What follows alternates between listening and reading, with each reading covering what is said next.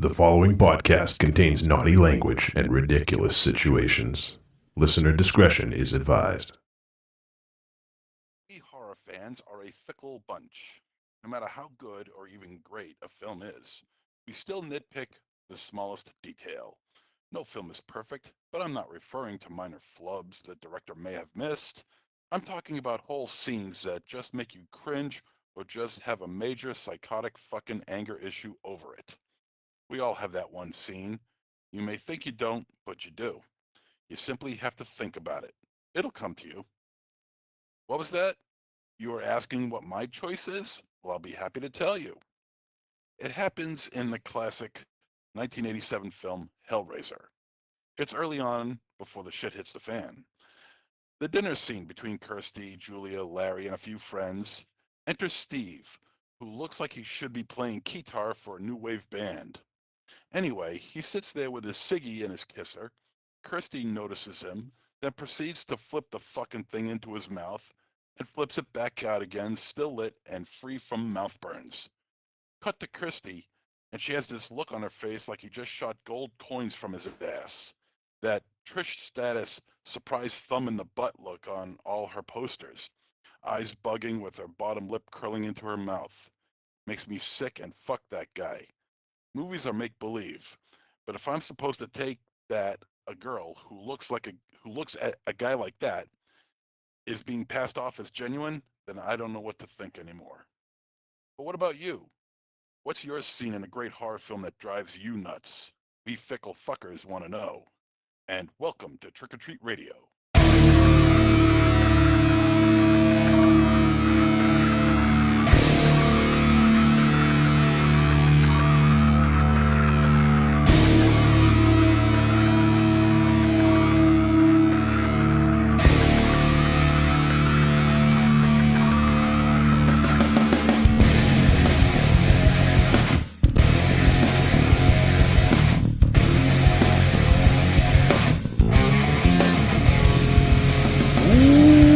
Welcome to the 700th episode of Trick or Treat Radio.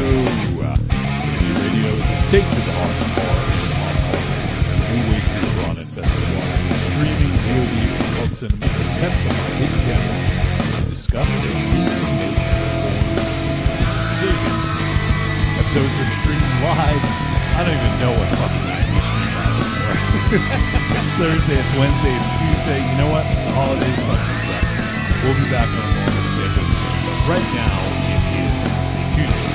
It's very late for us. I can't even remember last time we did a Tuesday. Did you guys? Well,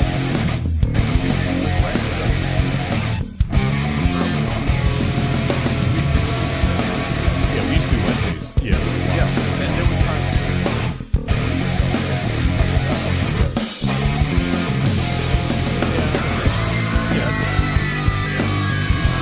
It's been a very long time. But anyways, yeah. We'll be back to some. But, yeah, so we're live. And, it is Tuesday. We're normally on Wednesdays. That might change. Thursdays. But for now, we are live.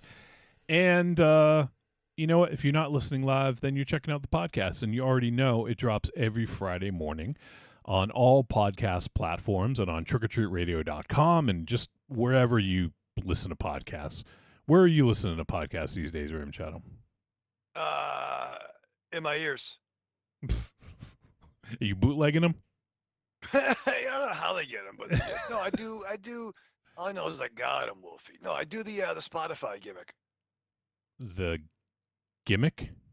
Yeah, Spotify, the app gimmick. It's not Yeah, a gimmick. It's an app. It's not a gimmick. It's an app. Yeah. It's not a gimmick. Yeah.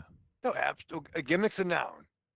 Your personality is a gimmick. Well, he's not wrong. Bumbaloo. Oh, shit. Oh, Wolfie, I'm on 0. Happy episode 700. What? Mm. What? 700? 700? Yeah. Does it even 700. matter? Does it even matter anymore? Is it? Is it really? Yeah, 700. Oh yeah. Yeah. Oh yeah. Oh, for Christ's sake! Are you kidding me? This is episode 700. This is it. Oh, for crying out loud! There's We've broken no the 700. there's no Broken 700. hullabaloo, no No announcements. no nothing. Yeah. It's just No just us. gifts. Bunch of I think three just the fact that fucks. we're still alive is more than enough to celebrate. Yeah, that's We'll just leave it at that. yeah, exactly. Give yourselves a round of applause. Oh yeah. Oh yeah. Oh, I'm you- still alive, yeah. Wolfie. I'm still alive. Oh yeah. Oh yeah. I've seen he and Gene have been in the news lately. Oh fucking A, Gene. I haven't really been paying too close attention though. Should I? Well, Gene's a cocksucker. And everybody in Kiss is. You know, really. What about Ace? Fuck those guys. I hate Kiss. I hate them. Wow. Is Oh Ace? no. Oh no. Yeah. Oh yeah. Oh no. Is Ace an ass? He's dead. I think Ace was an ass. Like how Ace does was like He was like the high-level ultimate. ass. Yeah. Only Gene can surpass Ace in right. assness. Assness. Yeah, ass freely. Ass freely. All right. What is going on the with sooner, this camera? the God. sooner Gene drops dead, the happier I'll be. Wow. I really can't stomach that asshole. I really I can't. mean, to be I don't know fair, how I'm not a anybody fan likes either. that guy. I'm not a fan either, brother, but I would like a couple more fuckers to be dead for. Yeah. I think Just saying. yeah, I think he's pretty low Well- on the list right now. Well, as far let's just say he's in the top 50 right now. Top 50. All right. I mean, I sure. won't say where, but he's in the top 50. Right? Don't spoil it. Oh He's a man. douche, though. He's a douche. All right. Well, let's talk about what we're doing on this episode. So we got two films. It's December double feature cram jam, and we'll be talking about the films Keeper from Osgood Perkins, Osgood as it gets. Oh, yeah, boy. And we'll also be talking about the film Eddington from director Ari Aster. I don't know if it's Ari. I think it's Ari, but is it Aster or Oster? Do you know? Aster Freely? No one gonna help me out here? All right. Probably the best thing to do is to look up an interview with him. All right. And I'm sure whoever it is Well, yeah, I that think is it's- interviewing him is making sure that name is being said properly. I was sneezing. I think it's Aster. After. Aster. All right. Well, Yeah, before and after. that's pretty good. Yeah, boy. That might be. Look at you. Look at you. You're coming all angry. Now you're being funny. I miss you. Yeah, what so the hell much, is dude. Christmas? It's good. All Oh, right. so wait, and but before we continue, Oh, Wolfie, Yeah. happy Hanukkah, my friend. Oh, thanks. It's Hanukkah. Is it? Yeah. I don't know. No, I think it it still still is. going on, Yeah, or is I it think. over? Actually, no, I think it's over. I think it started on the 13th, if I'm not Oh, mistaken. I'll catch you next year then. Okay, thank you. It's happy not- Shaka Khan. yeah. Not like I celebrate, but hey, I appreciate it nonetheless. And it's And we cannot forget our Hebrew friends as well. and this is a banner week for Raven Shadow. You got Oh yeah. you that's got right. Christmas and your birthday, which is the Yeah, the Your parents afterthought. had that planned out Yeah, pretty well. The huh? afterthought to Christmas is your birthday. Right. Yeah. Christmas is the opening act. You got, it's Jesus' birthday. It's kind of a co-headlining tour. But then I close. So yeah, coming up, it's my last time on the show at the age of the ripe young age of 48. The Yeah, ripe yeah, young age. I mean, yeah, and your parents had this planned out perfectly. Now they only have to buy you one set of gifts. It's true. No, it was very important. It was kept separate for me. Angela didn't fuck around. But speaking of which, I did because there's going to be so many fun topics to discuss on tonight's films. I did get a gift in the mail. So as I'm soon to approach 49 years old, I got a GI Joe classified Crimson Bat in the mail from Corny. Oh, nice. Oh, That's pretty awesome. From the So it's like the regular Battle Android Troopers, but it's painted to be part of Tomax and Zamon's team. Oh, those are your boys. Oh, I have a whole Crimson Guard like detachment. I got 4 Crimson Guards, 2 Crimson Vipers, Tomax and Zamon, and now I got a Crimson Bat. What's up, dude? What's up? what's up? What's up, dude? What's up, dude? Oh man.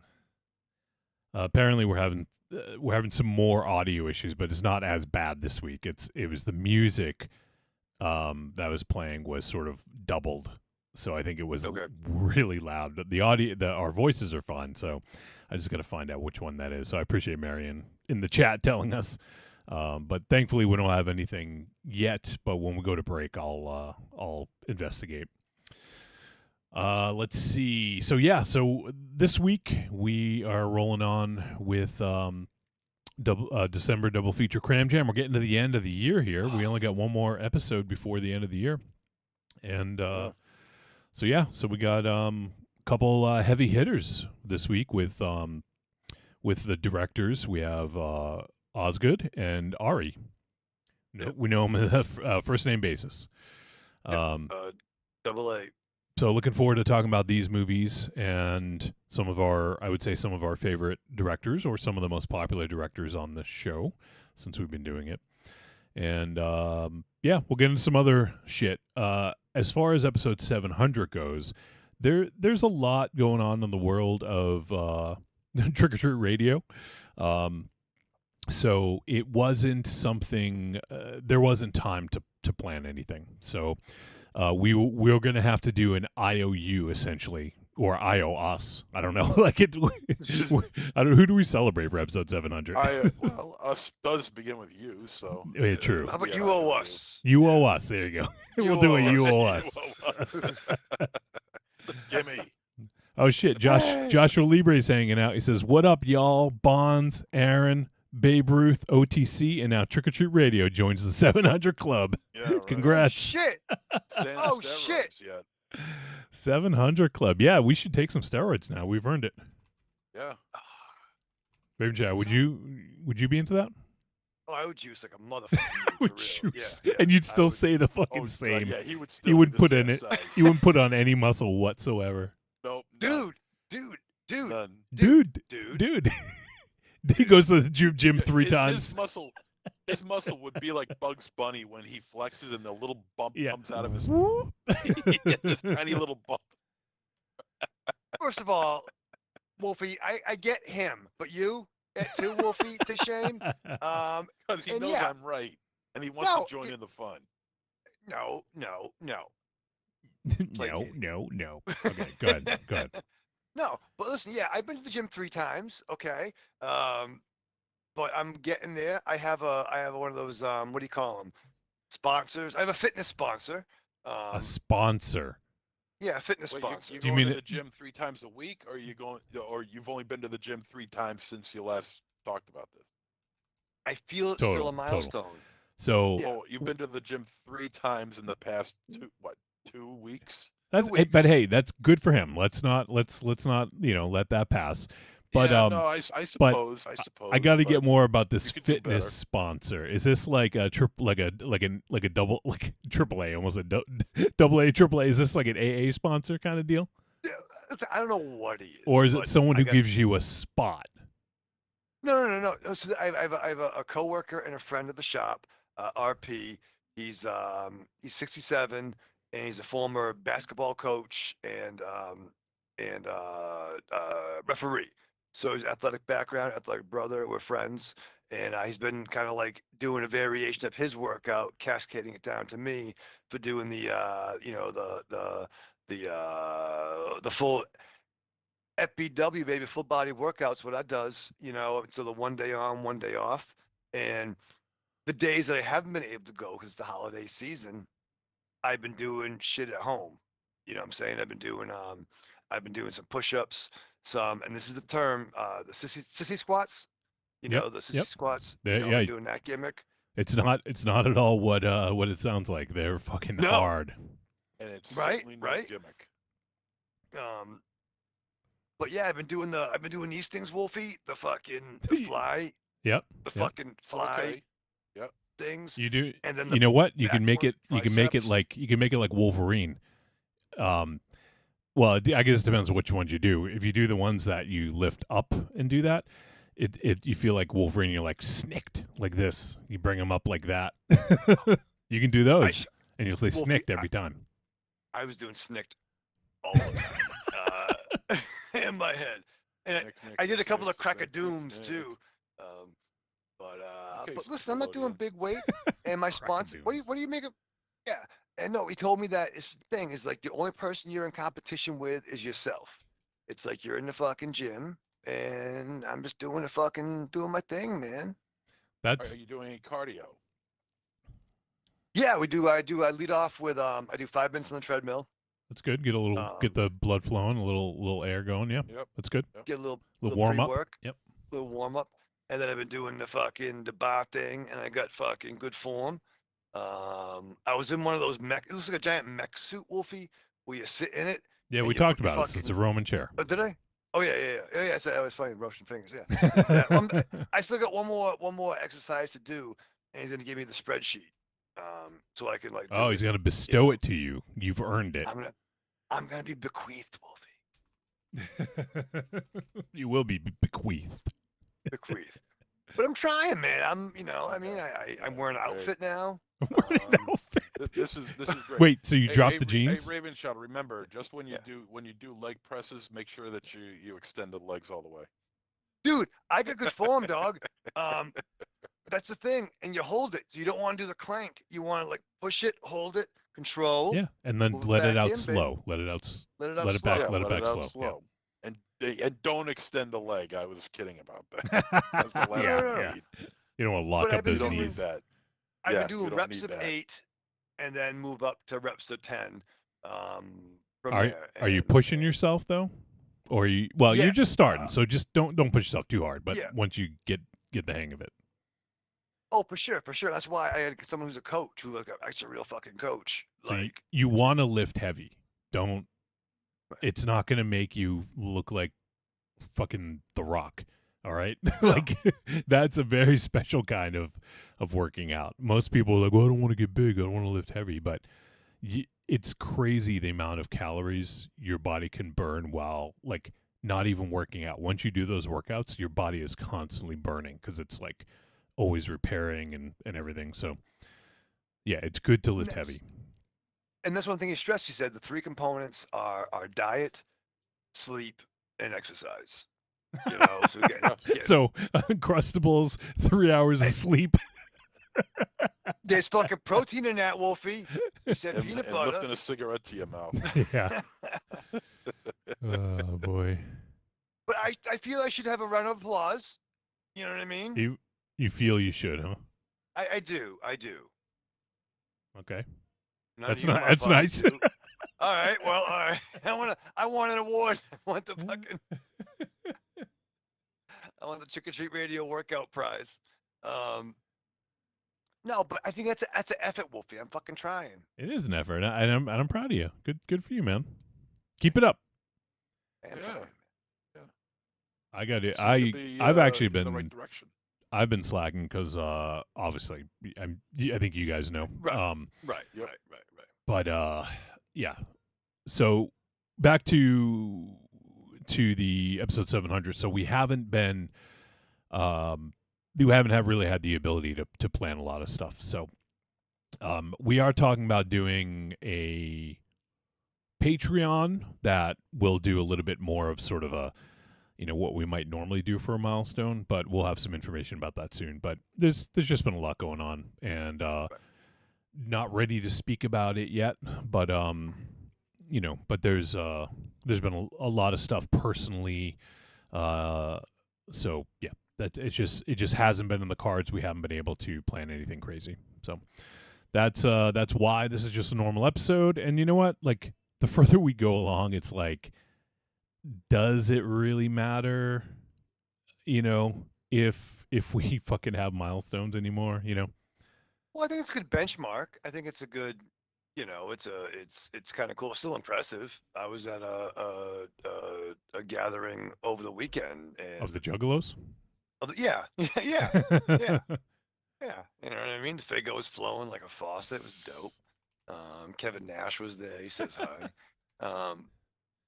But no, and the podcast, we're almost on. She said, how's the podcast? I'm like, oh, we're almost on episode 700, and they were like, oh shit, and I said, word. I'm like, oh shit, I've listened to 2 of them. Yeah, it's well, yeah. It's the 2 I was on. No, it was some friends who've been on the show before. Mm-hmm. MZ, did you minimize teams by any chance? I did. Can you maximize it real quick? I just want to see. As a matter of fact, I think I am maximized. Okay. Because let me just. Okay, now I'm at. All right. I was maximized before, but I just unmaximized myself, and now I'm maximized again. So I'm good. okay. You thinking about baseball? Yeah. Reason being is I think because the I'm still trying to get a grasp of this, but the camera gets your camera image gets smaller periodically, and I was looking up something, and someone said when people minimize the program, it uses less resources, so therefore it makes the camera image smaller. So that's why I think it happens. Okay. But yours is still small, so I don't know if that's actually it because it hasn't gotten to the regular size yet. So fluff it up and maybe it'll get back to regular size. Fluff it up. Fluff it up. All right. To a lot of guys. So yeah, so I just wanted to talk about episode 700 and what's going on with that.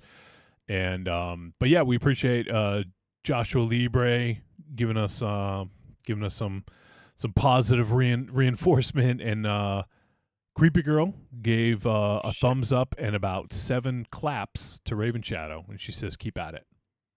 See, thank you, Creepy Girl. Look at that positive reinforcement. Look, yeah, thank you, Creepy Girl. Not these fucking assholes. Are you wearing your so you get rid of the jeans? Yeah, I did. One day I wore the jeans. Okay. One fucking day. One fucking day. Good.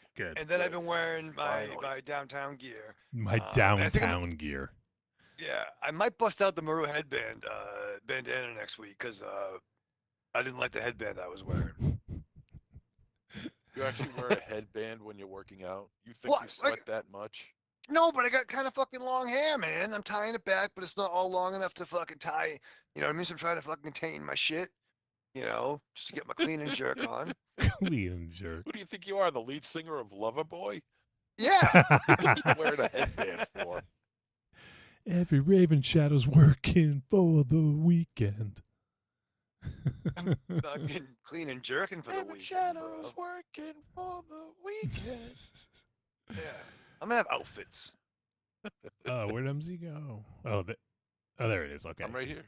Your camera, I tried to get it to come back and then it disappeared for a sec, but it's back. Okay. Now you're regular size again. Should I just leave and then come back? Nope. Don't do anything. You're good. Oh, okay. All right. Speaking the first part. Speaking of MZ, do you have some this day in horror history for everyone? I believe I do. I'm like a Boy Scout. I always come prepared. Okay. Well, today is December 23rd, 2025. And so what films were released on this very day? Okay. So we got 1954, Disney's 20,000 Leagues Under the Sea, which I finally got to see that for the first time about 6 months ago, maybe. Not bad. It's not a bad little flick. Yeah. 1954? 1954. With James 71 Mason. years ago. No, James Mason. James Mason, yes. The great James Mason. Oh, it's James Mason. Smith has tits. Yeah. I have no doubt in my mind that the one in the middle is the son of the evil pirate Yellowbeard.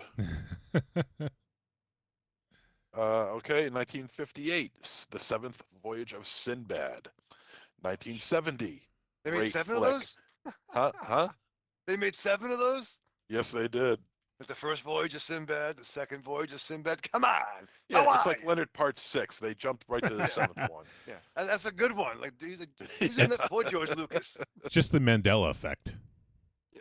Sinbad wasn't in those movies. 1970, great flick in 1970 here. Scars of Dracula with Christopher Lee. Great flick. Check it out. 1988, Hellbound, Hellraiser 2. In 1994, Death Machine. And then in 2003, The Bone Snatcher. In 2003 again, Cadaver Bay. 2008, Pulse 3. and in 2009, Solomon Kane. We All did right, that on now the we're gonna show go way on- back. Huh? We did that on the show way back in the first year. Solomon Kane? Yeah. Did we? Yeah. I have no recollection of that at all. I mean, I think I didn't watch it, but It might have an even old been man now, I before don't we all remember much. watched, to be honest. it might have been. It was early. All right. Well, today again, December 23rd. Let's see what we got for happy birthdays. Big bloody birthdays. Born 1986, Masail Sheckham, if I'm pronouncing that correctly. Unlikely. Actress in Hazmat. 1978, Estella Warren appeared in Evil Remains. Boy, you don't hear about Estella Warren anymore. She was also in Planet of the Apes, the Tim Burton joint. Oh, yeah. You don't hear about her anymore. 1971, Corey Haim, who appeared in Silver Bullet, The Lost Boys, The Tribe, and Watchers. Piss on the Yankees, piss on the Indians, on piss the on the Indians. Phillies. I like to see him remake that scene now. Well, one's dead. Fish on the buttered sausage. 1969, Noel Thurman, actress in The Beast of Bray Road, Dracula's Curse, Piranha Sharks, Rabid Love, Super Croc, and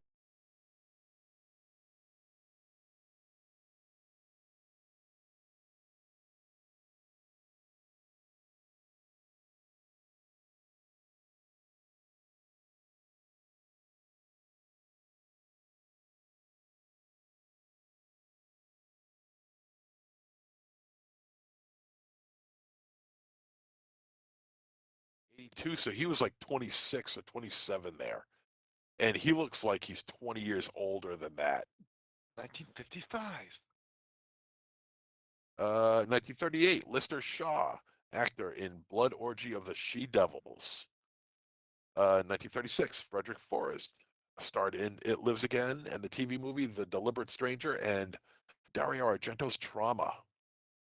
1934, Horace Grant, property master for the Reincarnation of Peter Proud. Good movie, by the way, Reincarnation of Peter Proud. And the TV movies Dying Room Only and Don't Be Afraid of the Dark. You got to see the Reincarnation of Peter Proud. Really good flick. That came out around 1980, I think. 1926, Jack Venza, producer for The Cabinet of Dr. Ramirez. 1923, Victor Izay, Fashize, actor in Bloodsong, The Single Girls, Blood Orgy of the She-Devils, Premonition, and The Astro Zombies. Fuyuki Murakami appeared in the original 1954 version of Godzilla. Radon and, oh, hello, Monster Zero. Oh. Oh, well. Well, thank you, Fuyuki. Oh, oh, Monster Zero. In 1911, James Gregory appeared in several TV series, including The Twilight Zone, Alfred Hitchcock Presents, Night Gallery, Kolchak, The Night Stalker, The Alfred Hitchcock Hour, Thriller, and Inner Sanctum. And in 1892, finally, John North Pole appeared in King Kong. John North Pole. Man, imagine sorry. if my last Can we- name was North Yeah, Pole. let's not let that fucking go. John North Pole? Fuck you, dog. He's John fucking, North Pole. Is it He's been in some His name Buenos. Dutch. P-O-L-E? Yeah, exactly the way it sounds. The way it's spelled, yeah. Ray Imagine Shadow. if my- You got Imagine if my last name was North Pole. Now, Yeah. there's a name. Dick North Pole. Oh, fuck. You'd have Brother to go rating by at a 10. You'd have to Yeah, go you'd by have to Dick. go with that. You'd have to Actually, go with he's a that. brother rating at 12 inches. I'll tell you that much. And that's it for Bloody Birthdays. Happy birthday, one and all. Yes. Happy birthday, especially to John North Pole. I know he's listening right now.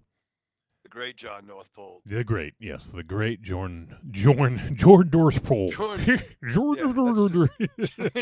He's actually Swedish. Yeah, he is, yeah. He's a Swedish chef in his Yeah, of course, yeah. Johan North Pole. Or South Pole. Johan. Oh man. There's some last names you don't see anymore, and I can't imagine why North Pole would be one of them. Look, you figured that line would procreate. You know.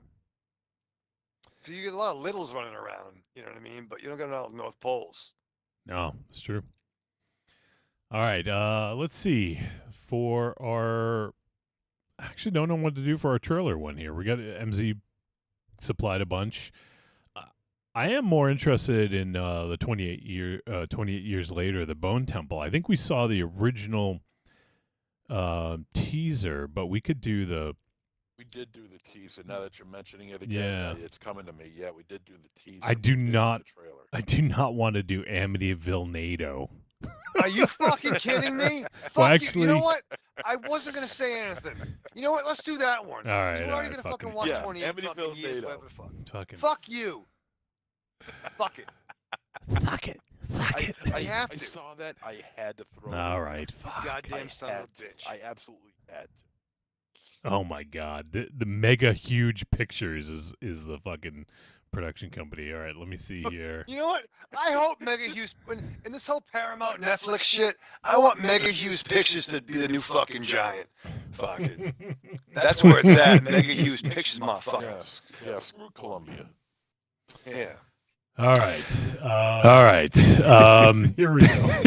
Here we go. Goddamn son of a bitch. Yeah, maybe Mega Huge Pictures. Yeah, maybe Mega should put a Huge bid in Pictures to buy Warner should put a Brothers. bid in to buy Warner Brothers. That'd be awesome if they come in.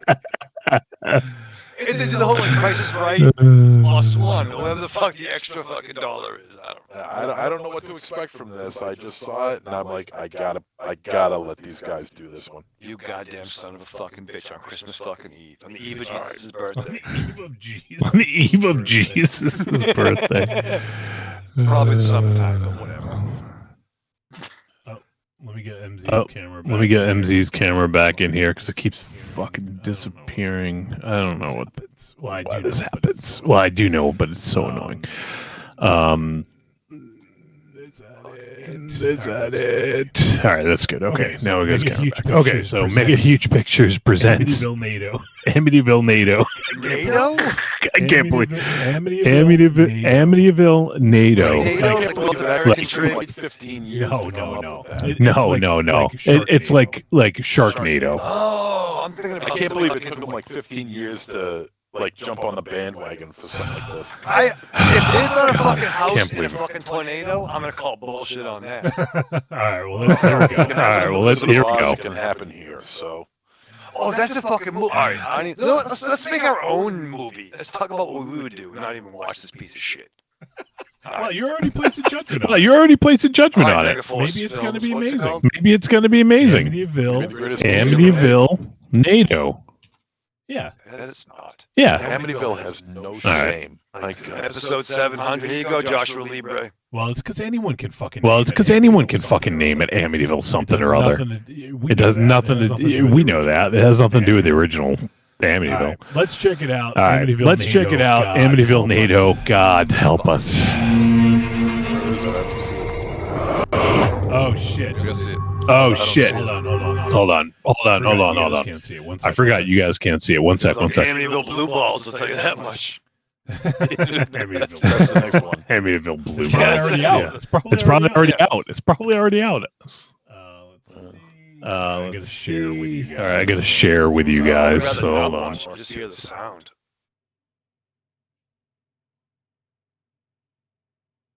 Okay, here we go. Fucking Ouija guys see board. it? You guys, do you guys see it? Nice big picture. Okay. too. Yep. If they do Amityville and fucking Ouija, I'm gonna fucking hijack a MiG. All right, let's see. All right, let's see how this goes. All right. Spirits. My name's Trey. This is my homie Jib. We mean you no harm. Fuck. Now, everyone tuning in is likely aware of the infamous Amityville Horror House. Well, last night, the house's legacy came to a climactic end. I'm assuming you're familiar with Ronald DeFeo Jr. Yeah, famously killed his whole family. There's like a million movies. There's a black cloud over Amityville. This town is cursed. It's like it came out of nowhere. Chris Elliott. What came out of nowhere? The storm. The twister. The Twister. I think someone reached out. Someone bridged the gap from the other side. A bunch of kids doing seances and The shit. Twister is violent This and is deadly no. on a This scale is an abomination. anything. This is an abomination. This is an abomination. This is an abomination. Amassed an army of souls generations old, giving it strength enough to wipe out all of Amityville. Maybe even the world. Maybe even the world.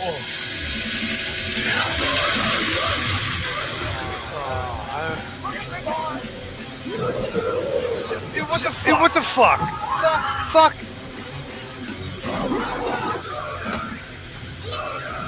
This might be awesome. You're like, here's my puzzle. You're like, here's my puzzle. 2026. 2026. Oh, yeah. All right. It'll be a good fucking You don't year. understand the rules of power. You Stop with the fucking ads. God damn it, YouTube. Fuck. Dude. All right. Well, you knew we were going to see high quality entertainment there. We're going to see shit, and that's exactly what that was. That was bad. But it's you know what? It might be so bad it could be entertaining. But you could say that about all these sequel Amityville films. Yeah. So we're gonna do it, right? No, Right? no. What? Oh no, we're not. No. But No. we have to. We have to cleanse cleanse our fucking eyeballs. So cleanse we're our gonna fucking do it. eyeballs. So we're gonna do another one now. Let's do 28 years later. Let's do 28 years later. The Bone Temple. This is the new trailer just dropped. Actually, no. This one came out. This one came months out ago. I thought there was a new one that just months dropped. ago. I thought there was a new one that just dropped. Hold on. Let me see if we can find the. Hold on. Let me see if we can find the other one. Because I think we saw this one. At least I thought there was a new one that dropped. Well, that's what I thought that was. Let's see. New trailer. Here we go. This is 2 weeks ago. Okay. Let me get this up. All right. Let me get this up on screen. And let me share it for you guys. This is such a fucking pain in the ass. Share this again. All right. You guys see it again? I'm already sold. Yep. Already sold. Already sold. What are you God, doing? come on. What are you doing? I don't want to watch. We all gotta watch it. You watch it. We all gotta watch it. You watch it too. That's the listeners want to see our the reaction. listeners want to see our reaction. All right. I'm not doing this for for your sake. for your sake. Yeah, wish you were. All right, here it is. 28 years later. All right, here it is. 28 years later, the Bone Temple new trailer. This is a memorial to the dead. Oh man, I can't wait. Yeah. Is this all you're Yes. Yes. doing? Are you Old Nick? Old Nick? You mean Satan? Yes. Old Nick released his demons unto the world of man. Old Nick. And the world And the world of man fell before the demons.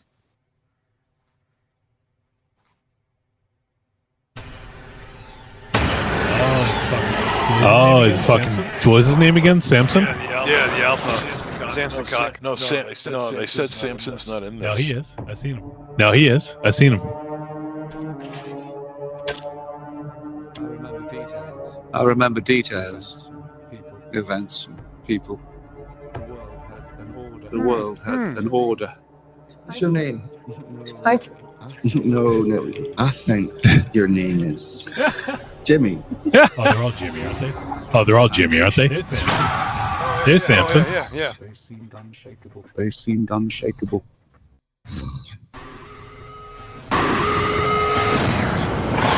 This movie's fucking crazy.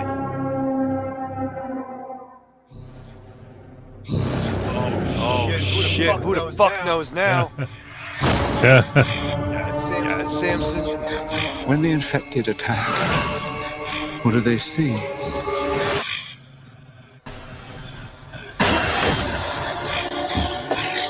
I believe the infection can be treated.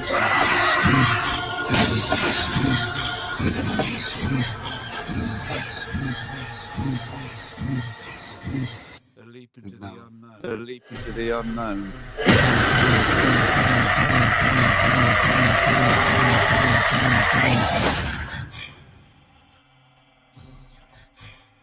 All right, I'm in. All right, I'm in. I was already in, but I was already in, but Let's see. I think Amityville NATO looks better. shut up. Not Danny Boyle though. Early. He's not directing. Early test screenings have shown that this is going to be outstanding.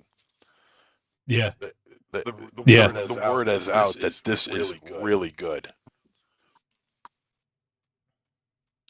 And you got Nia DaCosta directing, who did the Candyman film a few years back, and so this is going to be interesting.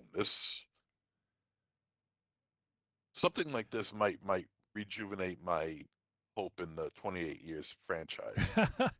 it's kind of crazy that like the third sequel and the fourth one, we haven't seen it yet, but or I should say this, I guess it would be the second sequel, you know what I mean? The third film in the series completely changed it, into a different sort of avenue. And then with this one, same, it looks like it's taking that and extending it even further. And yeah, it looks really fucking good, man. I love what they're doing with it. Like really, I mean, supposedly, if you technically, the other sequels weren't canon. The only canon is 28 days later and 28 years later. What do you mean? The only official. The other films, the Carlisle films aren't canon. So it is actually. It is. From what I read, it wasn't. No, it is. I actually heard Danny Boyle specifically talk about it. They are. Really? Yeah. I thought the other ones weren't. No. Everything is canon. Interesting. Then with that said, I think it's still even a more interesting departure.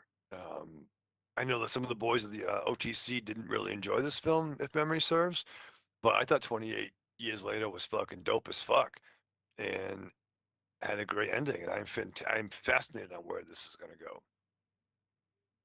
If it separates itself more from the air quote zombie genre into something fucking, I don't know, mystical and magical and maybe impish and whimsical. Impish and whimsical. Everyone's Jimmy. We're all Jimmys. Oh, in a way, we're all Jimmy. Little Jimmy. Was that who's that Pull out my Jimmy. Time to get busy. No, I was thinking R-Truth. Didn't he have Little Jimmy? Yeah, that was kind of racist. I didn't write it, Wolfie. I know. All right. It looks like I got the sound taken care of, I think, at least for that. So what I'm learning about OBS is now that we changed, you guys can't see it, but I changed to the reaction scene, and so it you have to set the audio on each scene. So I had to remove some of the audio on that. So that's what that was happening.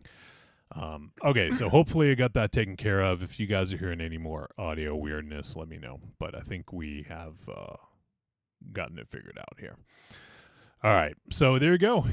Yeah, I'm looking forward to one of those movies.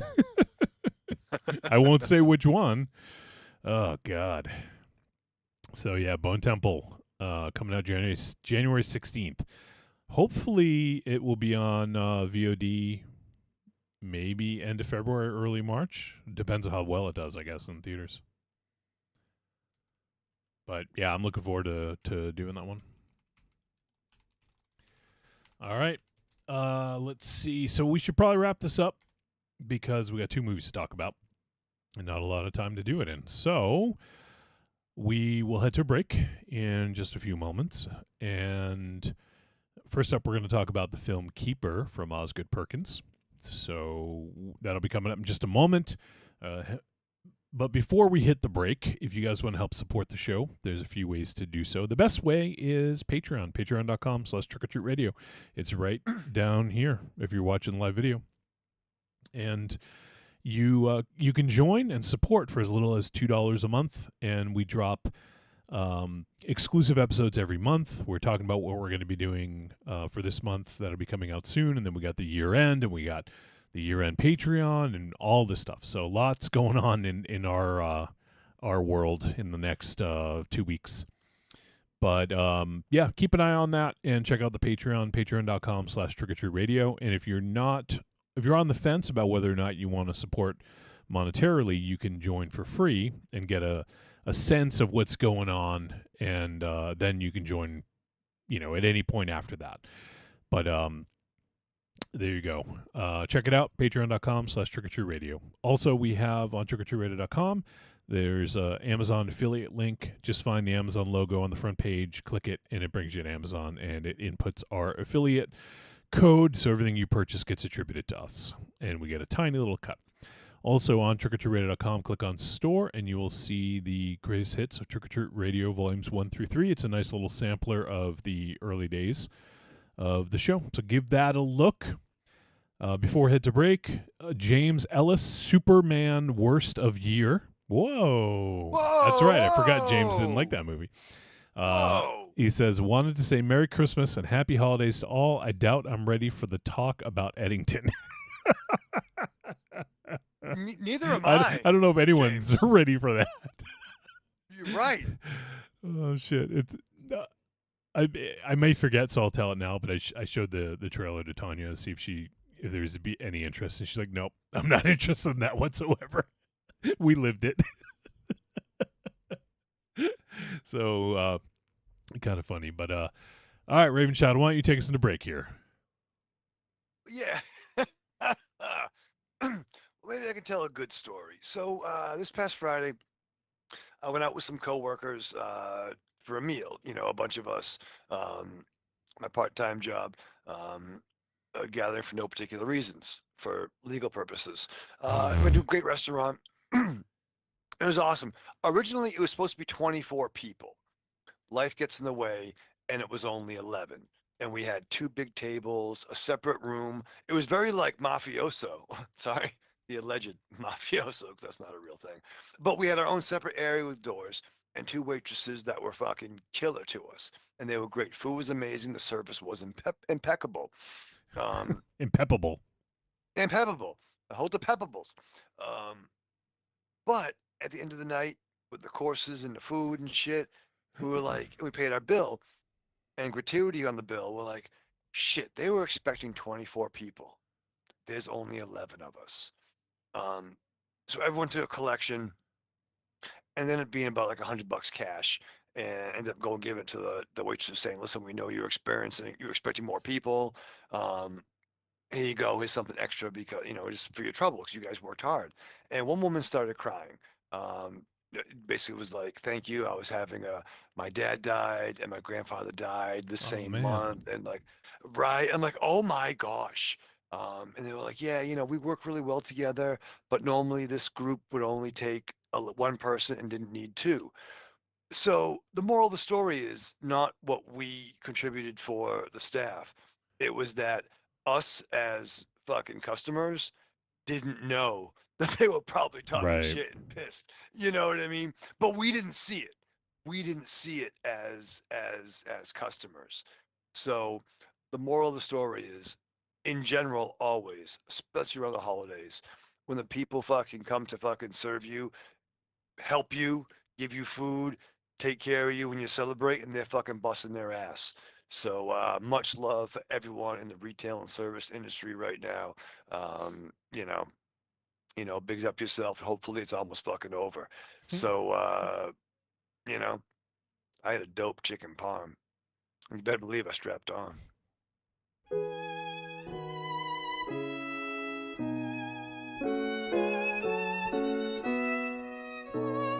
Guests of Trick or Treat Radio stay at the luxurious Raven Chateau, located on the back roads of beautiful Leicester, Massachusetts. Enjoy the wonderfully half-manicured lawn as well as roomy parking in the street. Enjoy fine dining in our antique home-style kitchen with all the Uncrustables and Rolling Rock you can consume, breakfast, lunch, and supper. Sleep in our beautiful twin beds with our unique cat hair, dog hair blend pillows, accompanied with our special DC, Marvel, and X-Pac motif throughout. And for a limited time, if you say Bombaleo when checking in, you'll receive 15% off your next stay. The Raven Chateau, where quality matters, and home to the world's largest urinal.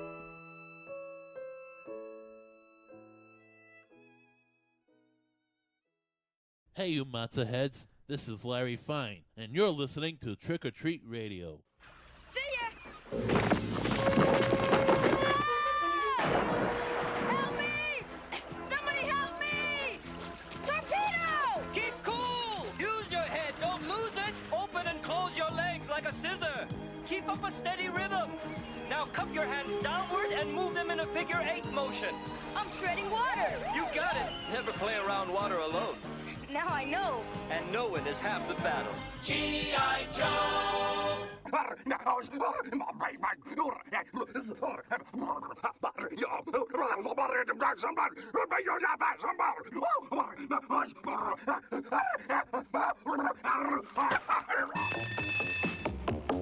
I'm tired of candy, tired of gum, tired of hunger, and food that's no fun. I'm tired of pretending I don't like spaghetti, but school lunch keeps me roaring ready and rock steady. Pizza, spaghetti, burger. With Chow Daddy in your school cafeteria, it's the fun place to be for lunch. Desserts. Prolonged exposure to Trick or Treat Radio may result in one or more of the following ailments: dry cough, wheezing, runny nose, loss of teeth, ingrown toenails, jaundice, ear hair, fallen arches, scabs, warts, welts, abscesses, bloody stool, whitening of the gums, blurred vision, Hottentot bustle, excessive earwax buildup, collapsed lungs, alcoholism, Lou Gehrig's disease, shrunken testicles, severe acne, vertigo, clubbed feet, weight gain, weight loss, flared nostrils, swelling of the anal glands, urinary burning, protruding tail, kidney failure, and inverted nipples. If you suffer from any of these physical problems, seek professional medical assistance immediately.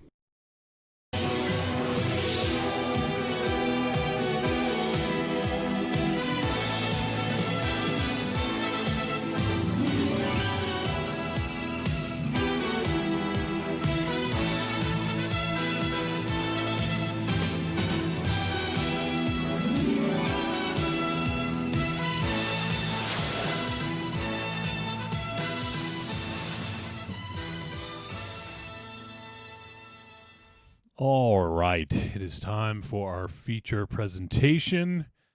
What are you guys laughing at? Huh? If you're watching the live feed, MZ and I have been doing a lot of primping together. We've been having a little hair off. Well, they wouldn't see it on the live feed because I put the title screen up during the break. No. If they were in our rooms. Should I have kept it up? Like, so they can see you? No. Yeah, no. It was between him and I. We had a moment. Oh, I see. Okay. All right. We had Well, a moment of levity before this fucking debacle you're gonna fucking talk about. Keeper? Debacle. Oh, we're going with Keeper first? Yeah. That's what I said go right to- before you did the little fucking thing to break. I said we'll talk about Keeper after the break. Good. Let's really end on a fucking down note. That's awesome. Episode 700. Yeah. All right. So, yes, it is time for our feature presentation. And this week, our feature presentation is Keeper from 2025, rated R. It is 99 minutes. It is a classified as body horror, folk horror, monster horror, psychological horror, supernatural horror, tragedy. Tragedy? What? Really? What? Tragedy? Little Bee Gees action, huh? Yeah, boy. And just regular horror too, apparently. After all that. What the fuck? It can't be all those Amityville horror too, right? Well, the thing is, When the plane goes down and you start to frown, it's Jesus Christ, Wow. that's I think that's the that's lyrics. dark. I think that's the lyrics. That's When dark. the You know plane what goes sucks? down and you start to frown, that's tragedy. I think that's the lyric. What's Well, maybe not, I tragedy don't know. is being any other BG except the really cute one. Was that Andy? I always forget. Andy Gibb? Or Barry. No, I think it was No, Barry. Barry. Barry No, was, Barry was Barry fucked up. Gibb. Barry lion. fell He down was the some lion. stairs. Barry was the lion. Barry was he was the handsome one. He's the one that's still Yeah. alive. I think. Yeah. Yeah. Yeah. I think he No. died early. No. No, You're he's thinking of the wrong alive. one. No. When you look that good, you deserve to live forever.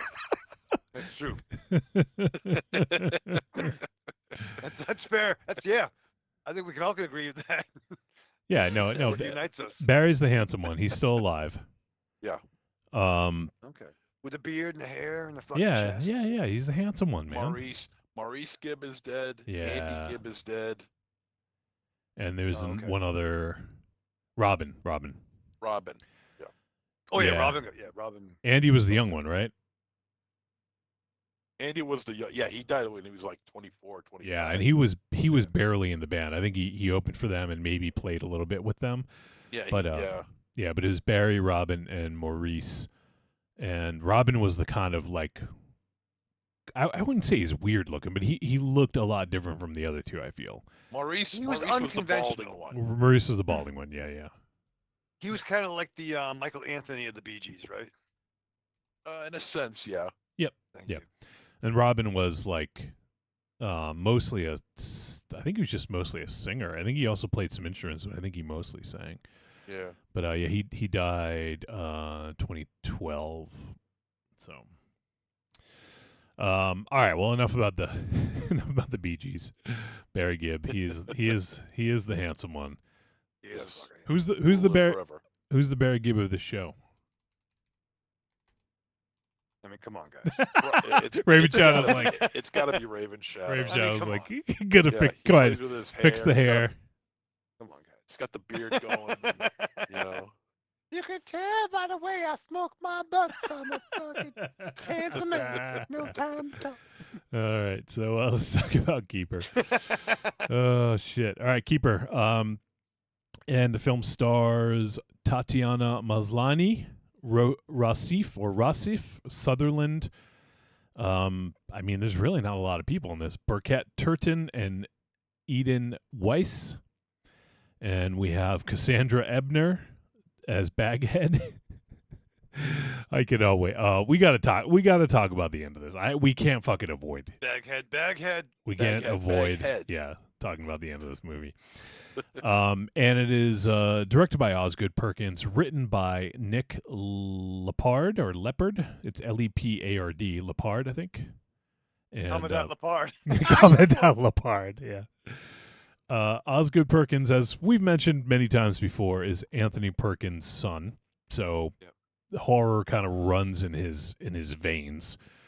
And he's done a bunch of films that we've covered on the show. Let me see if I can remember the ones that we've done. We did The Blackcoat's Daughter, aka February. We didn't do Gretel and Hansel. I think we talked about it briefly. I saw that in the theater, and then we did Longlegs, The Monkey, and now Keeper. So after going a few years without a film, he's done 3 within the last year, basically, which is crazy productivity. And that's some Takashi Miike type. It's getting there. Takashi Miike in his like 70s. Takashi Miike in his 30s and 40s. He was doing fucking 12 films a year. It's insane. Anyways, Osgood has another movie that is currently in post production, so we should be seeing it soon. And it's called The Young People, and it looks like it has Tatiana Maslany again, Nicole Kidman, Heather Graham, Johnny Knoxville. Dude, Wow. treat. So I don't know when that's coming out, but he's Fucking Johnny Knoxville.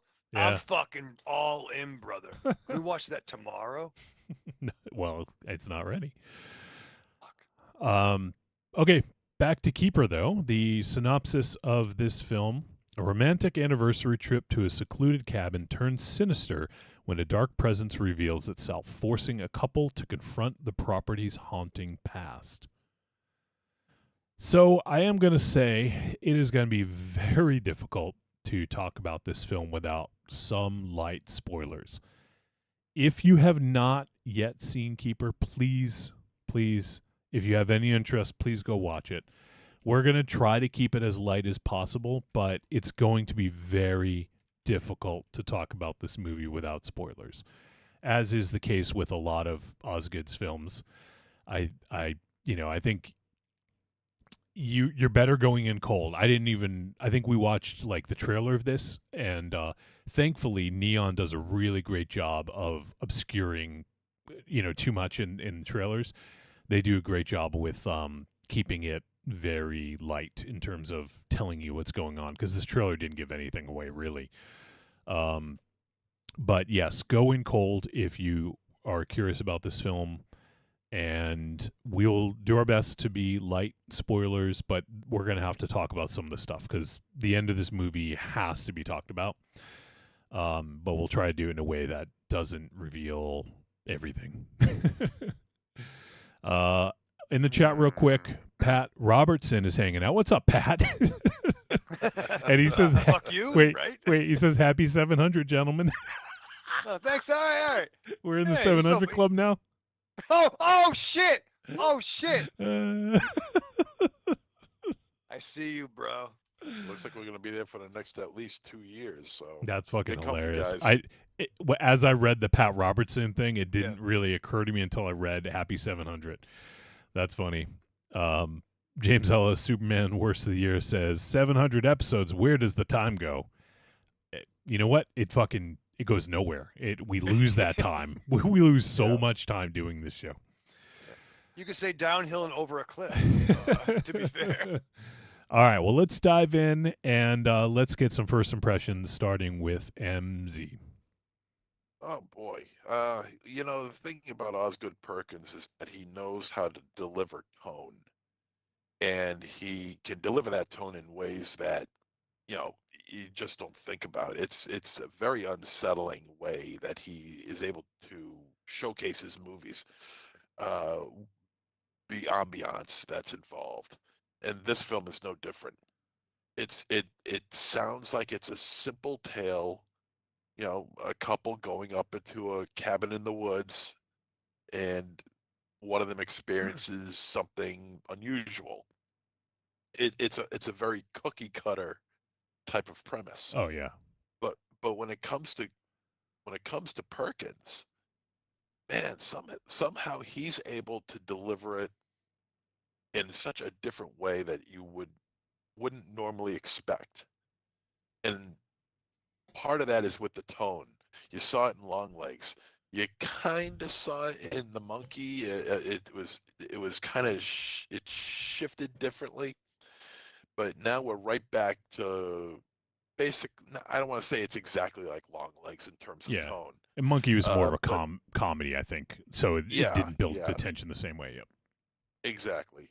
But this one is more in line with Longlegs as far as the overall feeling of the film is.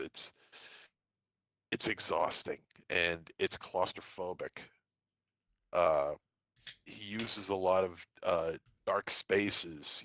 There's virtually no interior lights in this movie used at all. Maybe the bathroom in one scene, but other than that, there's no interior lighting at all. And he's just getting better. That's the thing. That's the scary part. He's Yeah. getting better. Is Osgood Perkins is, and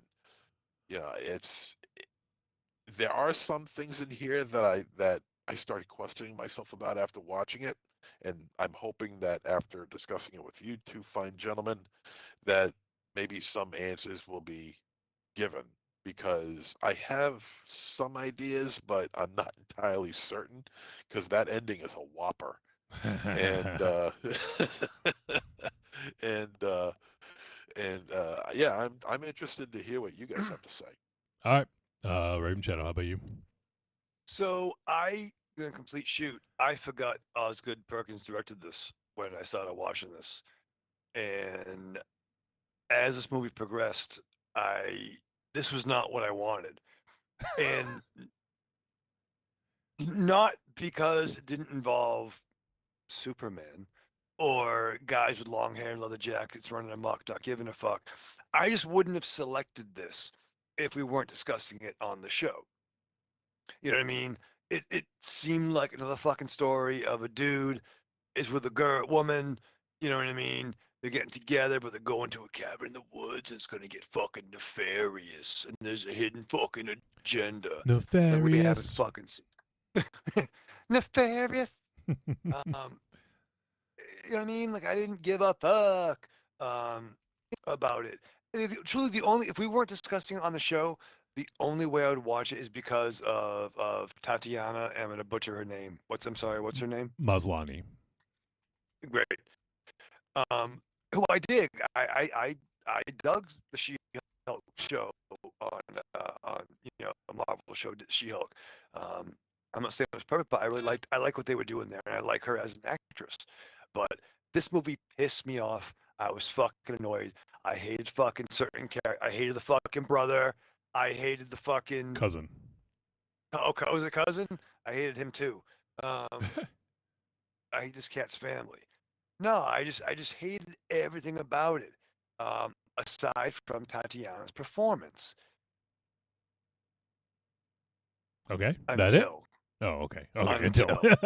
Until. Okay. Until. And then I'm going to stop. That's my first impression. Okay.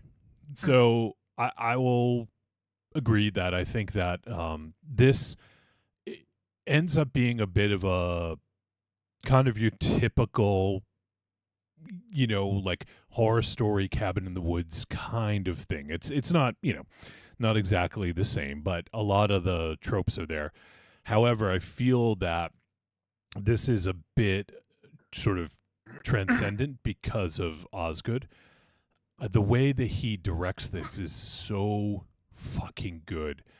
It creates almost every shot creates tension.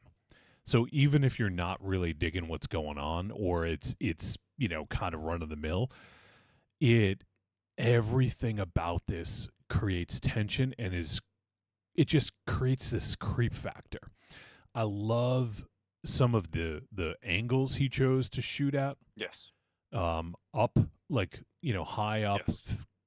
Facing down, or low and facing up. Just some really interesting angles that he decided to use.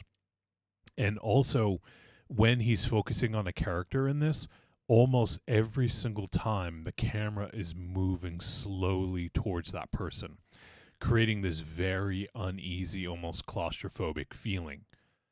And it's captivating. Like, even though some of this movie was, as we said, kind of run-of-the-mill, not a lot was really happening early on, it is captivating because of the way that he directed it. And this dude is getting up there, man, like, for one of my favorites. Like, I get really excited to see what he's going to do next. He has a ton of talent as a director. And he didn't write this one. I think he wrote most of his other movies. So it's actually kind of cool to see him working from someone else's script and make it work like as one of his, It's like his film. So, and yeah, I think the performances are really good. Tatiana Maslany is really good in this. The actor who plays Malcolm, let me just pull up his name, Rossif Sutherland. Yeah. plays Malcolm Westbridge. And at first I was thinking, like, he's playing this role really weird. Like, his voice and his mannerisms are really off. Like, it feels really strange. It makes sense, right? Like, when you find out something later, it makes a lot more sense. But it just adds to this sort of uneasy feeling about this. And also the way it starts. Like, the film starts by, we see 4 or 5 women who are, like, smiling and happy and everything. And then all of a sudden, like, it kind of cuts to them, like, screaming and bleeding. Like, it's like, what the fuck? Like, it creates this really sort of uneasy feeling by doing that, because you're expecting something, you know, that you sort of know where this is heading, right? It kind of sets you up, and you know where this story is heading, with these characters of Liz and Malcolm. You want to say something, Rave Shadow? You think you know. Well, that's what I'm saying. It sets it up so that it's like, okay, well, here it's like 2 + 2 = 4, 4 + 4 = 8, 8 + 8 = 16. So you're sort of getting the formula laid out, and you're like, okay, well, this is going to be 16 + 16 = what, Raven Shadow? Enough! What the fuck? 32. Fucking, 32. You know what I mean? So, what the fuck? I'm embarrassed in 700 episodes. So, you know, I feel like it's actually super effective in the way that it does that, because it sets you up to think one way, and then, you know, maybe it goes another way. And the other thing that makes it really uneasy is you have this character, the cousin, Darren, who is a complete fucking piece of shit, right? Like, complete worthless Piece of shit. Yeah. And it's interesting because clearly he doesn't care about this girl that he brings to the cabin at all, right? Like, she can barely speak English, and she is basically there because she likes Molly and he's providing it. So it creates this weird sort of like, okay, well, clearly this dude doesn't care. But on the other hand, we have Malcolm, who seems like a nice guy, right? Like, he seems like he means well. He seems like he's genuine most of the time. And so you're trying to make sense of the difference between these two, you know, and I feel like that also kind of adds to the tension. But then we get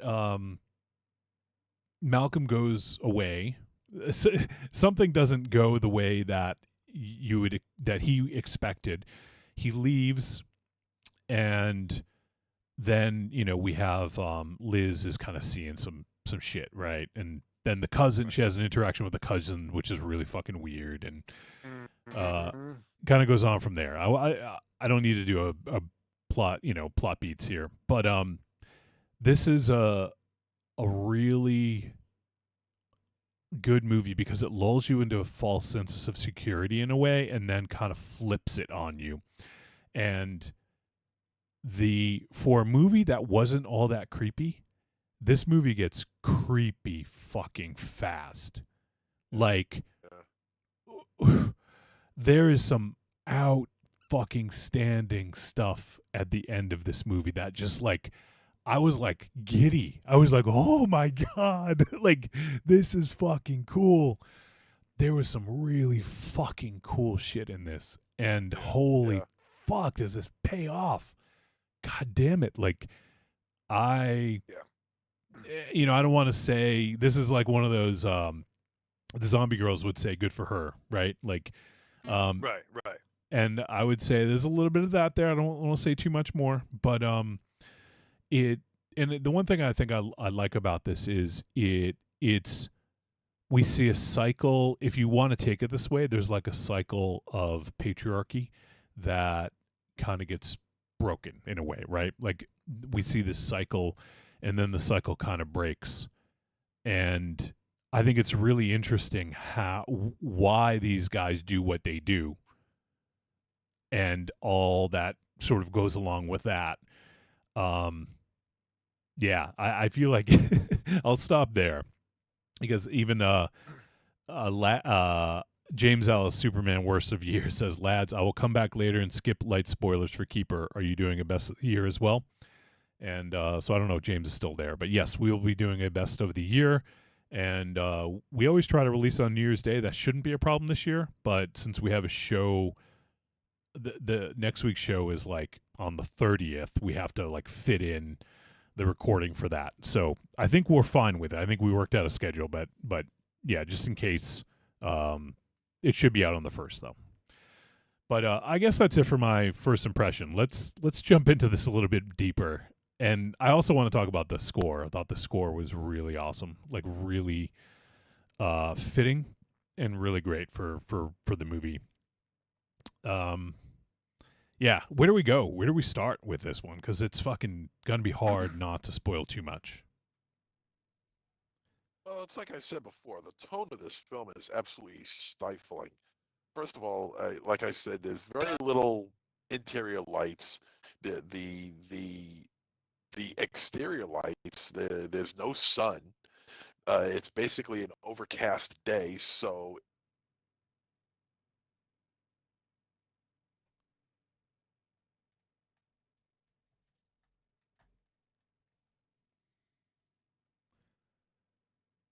ordinary time at the cabin, it would still have a creep factor involved. But whereas you add the these situations that are going on, it just ratchets that up to 11. Some of the exterior scenes, like of the running brooks going along the cabin, are really well shot. They look really, really good. But you see that you have these two characters who are enjoying themselves. It's kind of funny though that it seems like they're still trying to feel each other out. You got you got the girlfriend, you got the girl. What's her name again? Liz. Liz. Liz. You know, she's talking with her friend on the phone about, you know, how are they going to progress in this relationship? Do they want kids? And there hasn't been a discussion about that, but you get the sense, or at least I did anyway. I had the sense that even though these two were together for some time, they're still trying to feel each other out. They haven't really kind of connected completely yet. It's not that they don't trust each other. It's just that they're still asking each other questions about what they want to do with their relationship. I want to rock.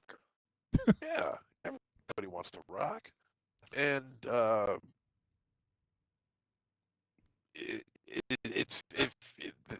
both of them feel kind of stagnant. The boyfriend, Jesus Christ, I'm terrible with names.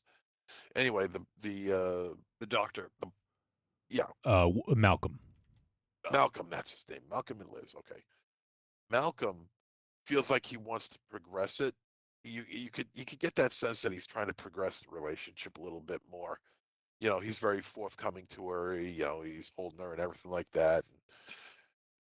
She seems kind of holding back a bit for whatever for obvious reasons. Well, for obvious reasons, because I mean to cut you off, but like I think to your point, they're not. We don't know how long they've been together, but it's enough where it seems like she doesn't know his boys and hasn't met his family yet.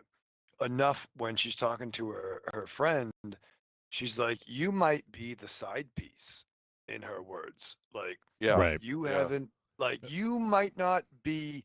Oh, what he took you to a cabin secluded, but he has to go back out in the city. Maybe he's seeing his wife. Like his wife again. Like it's enough where I don't think she's as confident in her role in their dynamic. And I think Tatiana did a fantastic job of taking what could be a cliched performance and elevating it. No small roles, only small actors type thing. But like when the friend asked that question, maybe you're the side girl, and she gets pissed like "fuck you," like no, even though she might know that it might be a thing, she's not going to let that be a Right, thing. And right. that's it's nuances. Good. Yeah. Yeah, and I was just gonna say, I think that's because they truly don't really know each other all that well. I imagine they're from the city, so maybe they have busy jobs that it doesn't allow them to see each other all that often. Like, I'm guessing they don't live together, right? Because otherwise, she wouldn't have that. She wouldn't have that uncertainty. So yeah, so I think it's one of those things where it's been a year, sure, but it probably was like slow going at first, and now the kind of things are picking up a little bit. And the first time they're going to a cabin together. So yeah, I think it makes a lot of sense that there's still a lot of uncertainty around their relationship and what each of them sort of wants from it.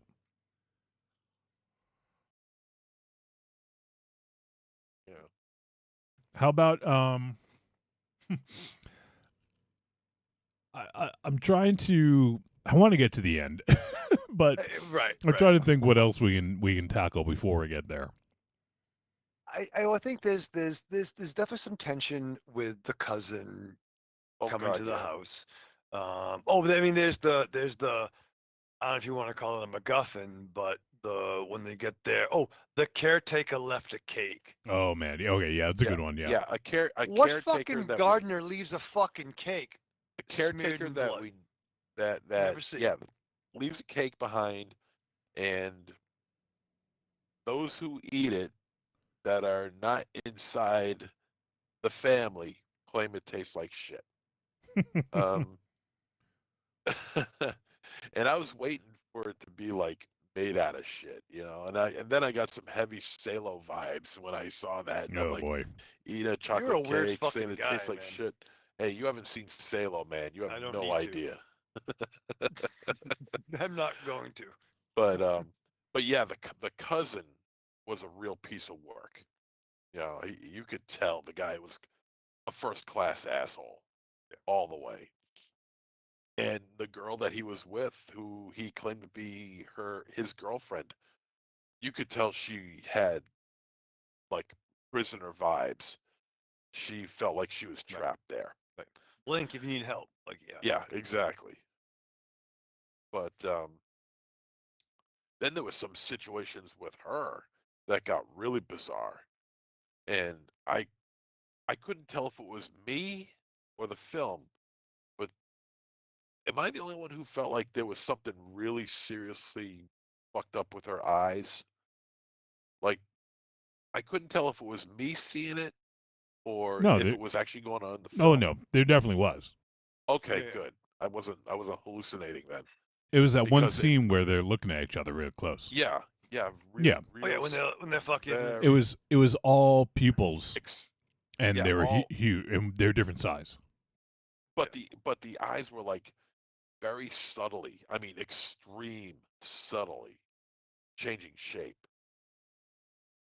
There was such an extreme sense of subtlety involved there that I mean, if you weren't paying attention, you'd never notice it. That's how subtle it was. But her and the baghead lady, and I mean, and just these I guess you could call them creatures. I don't know what else you could call them. That I mean, just absolutely freaky shit. I mean, stuff I've seen before, but for some reason, when it comes to this type of setting, the way that Perkins films it's just the creep factor is just ratcheted up to 11 at that point. It's crazy how effective it is. Yeah. And the way our character Liz is handling everything that's going on here is, however, I mean, it not exactly the way I would have handled it.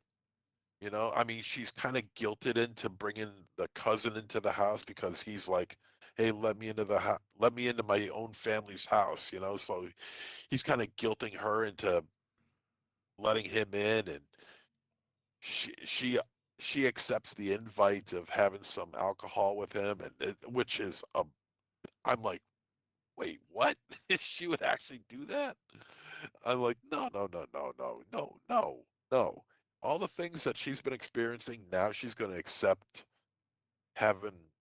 drinking, some whiskey or whatever it was with his crazy ass cousin. To be fair, that's when you should fuck it.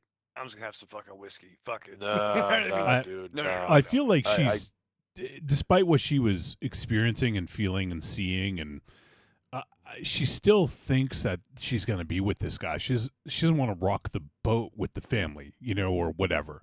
That's how I felt, and it also kind of showed that she put up with a lot of shit that she shouldn't have, and that's sort of like that's kind of what I was talking about, like the cycle of like patriarchy of just putting up with men's shit, just because they're like the man of the house or the ones in charge.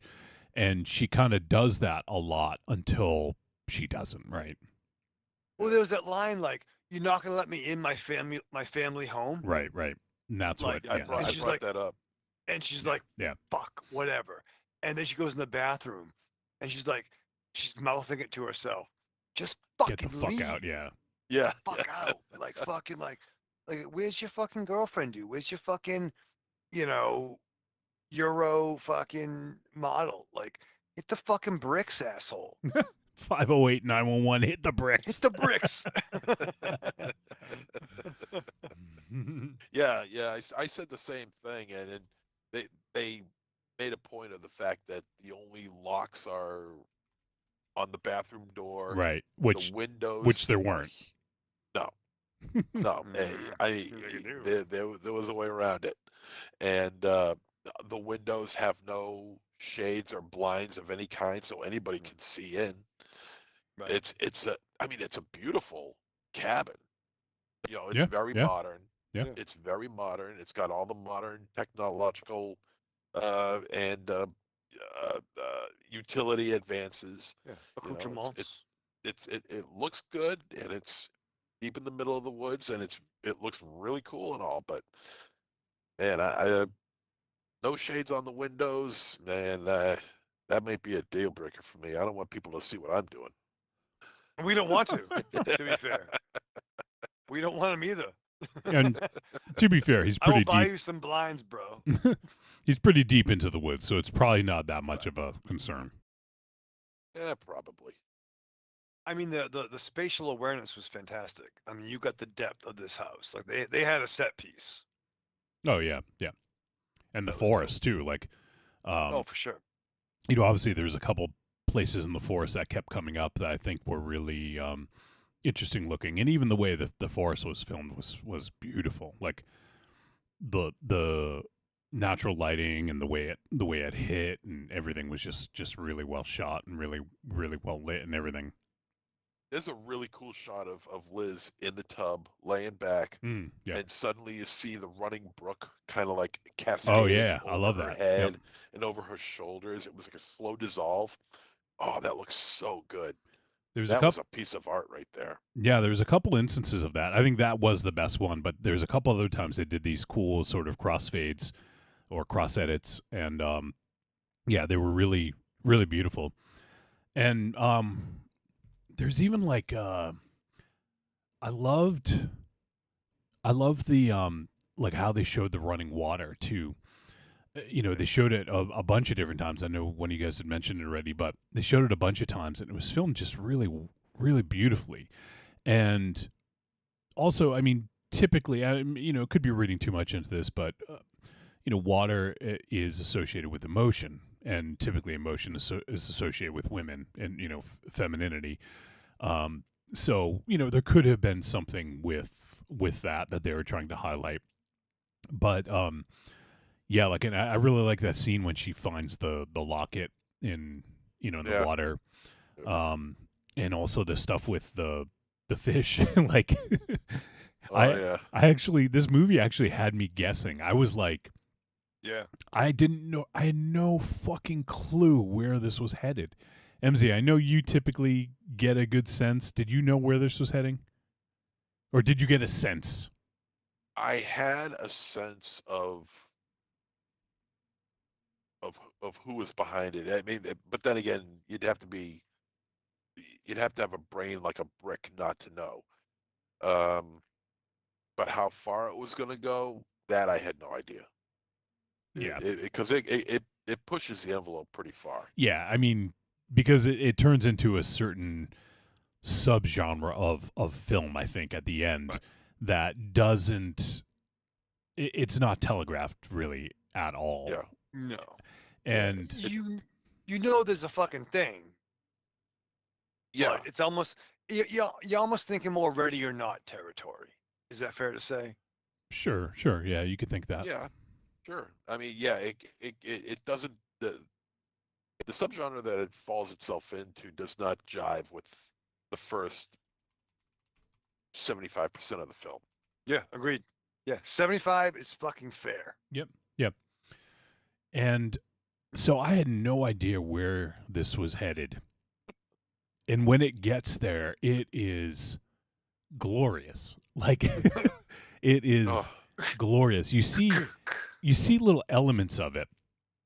Like we saw some what could have been shadows or hallucinations, but you don't really know where that's going to go. But the payoff to this is just outstanding. That scene when she's in the basement after falling into the water was amazing. And there's just, it's almost overwhelming at what you see. And that you see this one character, that first character, that was like basically vomiting or drooling. I'm not quite sure what it was, maybe a combination. That was creepy as fuck. It just looks so unnatural. They all did. They all looked unnatural, but there's one in there that got my attention, and I'm sure you guys will agree. I'll refer to it as the 5 faces of darkness. Oh, but yeah, I know what you mean. Yep. Yeah. That looked, my God. That to me was one of the coolest effects I've seen in a movie in a long time, because we've seen some things like that, but not exactly like that. That was another level, and it was really fucking impressive.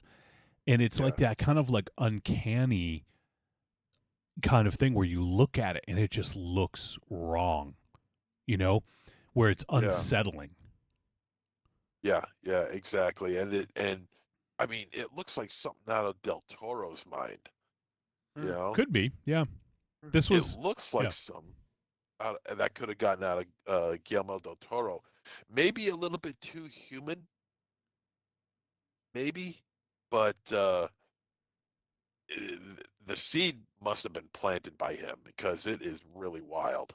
And I mean, you only see it for just maybe 30 seconds, 40 seconds, but those 40 seconds they pack a punch, because it is a powerful vision that you're looking at. It's simple. It's not overly extravagant, but it really tells a tale, and it really sends a message, and it really shocks you. I looked at it when I saw it the first time. I'm like, holy shit. I'm looking at it, and I'm looking at it I'm looking at it closely to see the effect, see if there's anything that I can see that kind of makes it look like, well, you can see how they did the effect here and here and here. And I could see that a little bit, not too bad, but the overall effect itself is outstanding. Yeah, absolutely. And the other, also the character, I won't say too much, but the character coming down the stairs also, that whole thing, like you said, it's like 30, maybe 60 seconds, but there's like that, it's multi-layered, because you see the stairs and what's happening there. It's almost like sort of like a, what is it? Hourglass, like where you see it sort of like ticking down. And it's like, oh my God, what is this? And Yeah, and then also the sort of like altar that's set up down there, Yep. or Yep. shrine, whatever you want to call it. And I'll just say, and the honey. Mhm. And The final scene with the honey. well, Is that what you're referring to? I'm actually referring to the scene in the basement. Still, there was honey involved Oh, in that okay. too. Oh, when yes. But it sort of leads into that scene, and the change in what happens to a character was awfully quick, and it kind of makes sense as to why there was like such an urgency for them to do what they needed to do, you know. But yeah, the end, that it was just it, I wasn't sure as soon as the movie ended, I wasn't sure if that was satisfying enough, but it was. Yeah, fair. It was, Yeah, because it was. Same thing, Wolfie. Yep. it's a subtle satisfaction. Ooh, that's sexy, bro. I kind of like, it's almost like you want something that's a little bit more like Visceral. Yeah. But I feel the way they did it was really apropos, and it's what needed to happen. So it didn't really need to go overboard. And yeah, I thought that it was just fucking glorious. Like, great. Is there anything else? I mean, I feel like there's The score. The score was great. Yep. The score was great. You mentioned the score before, and the score just fits the tone of this film perfectly. And the closing credits song. Oh yeah, which was also which made so much sense. Yeah. There's such a couple such a good choice. I love that. There's a couple really good song selections in this that, you know, almost were like motifs, like that one about the one they kept playing about the yard or whatever, like that. That one I thought was, you know, became this sort of motif, and yeah, I thought the song selections and the score was really good, and the direction in this is just outstanding. Like, yeah, that it really, if this was in the hands of someone else, I feel like this movie doesn't work. But in Osgood's hands, it's perfection. What would you say, Raven Shadow? Would you give it a French kiss? French kiss, French bro. chef's kiss? A French chef's. Yeah, I want 3 chefs in the back making out. Yeah, chef's French kiss, all with beards. Well, I didn't define the chefs. Anybody, women can be chefs. MZ, it's okay. But no, it was what the fuck. What the fuck. All right. Maybe we'll do the verdict on this one, because I feel like we're at a good spot here. Yeah. There's probably more that we could say, but for sure, both show. But Always. hopefully we've done. Maybe we've done enough. We've done enough. All right. Let's do the verdict. Trick or treat, baby. I wonder if people would say you're a trick or a treat. Trick or treat, motherfucker. All right. Verdict time. We're going to let you know whether Keeper was a trick or a treat. And any final thoughts, start with MZ. Yeah, this is cool. The descent into madness, I guess you could say, for Liz, and who she can trust and who she can't trust, and who she could never trust, builds up to a pretty high bit of tension here. And you really feel for her. The movie is told through her eyes. And she puts in, the actress puts in a really good performance. Everyone does, even the model. Puts in a very good performance here. The seclusion is extremely claustrophobic. The lighting, the editing, and of course, like I mentioned before, the overall tone of this film is just, it's exhausting, but it's exhausting in a very good way. It's wild, this movie, and it falls into a sense that what I'm trying to say is that it goes into a different area that you don't expect. And from Osgood Perkins, that's a very good thing. And it's not gory. It's not even bloody. It's not even violent, really. It's just bizarre.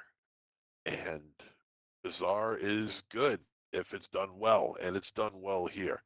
I felt that the final scene was cool, but also at the same time, I also felt a little bit. I saw a little bit too much CGI going on there that involved the honey.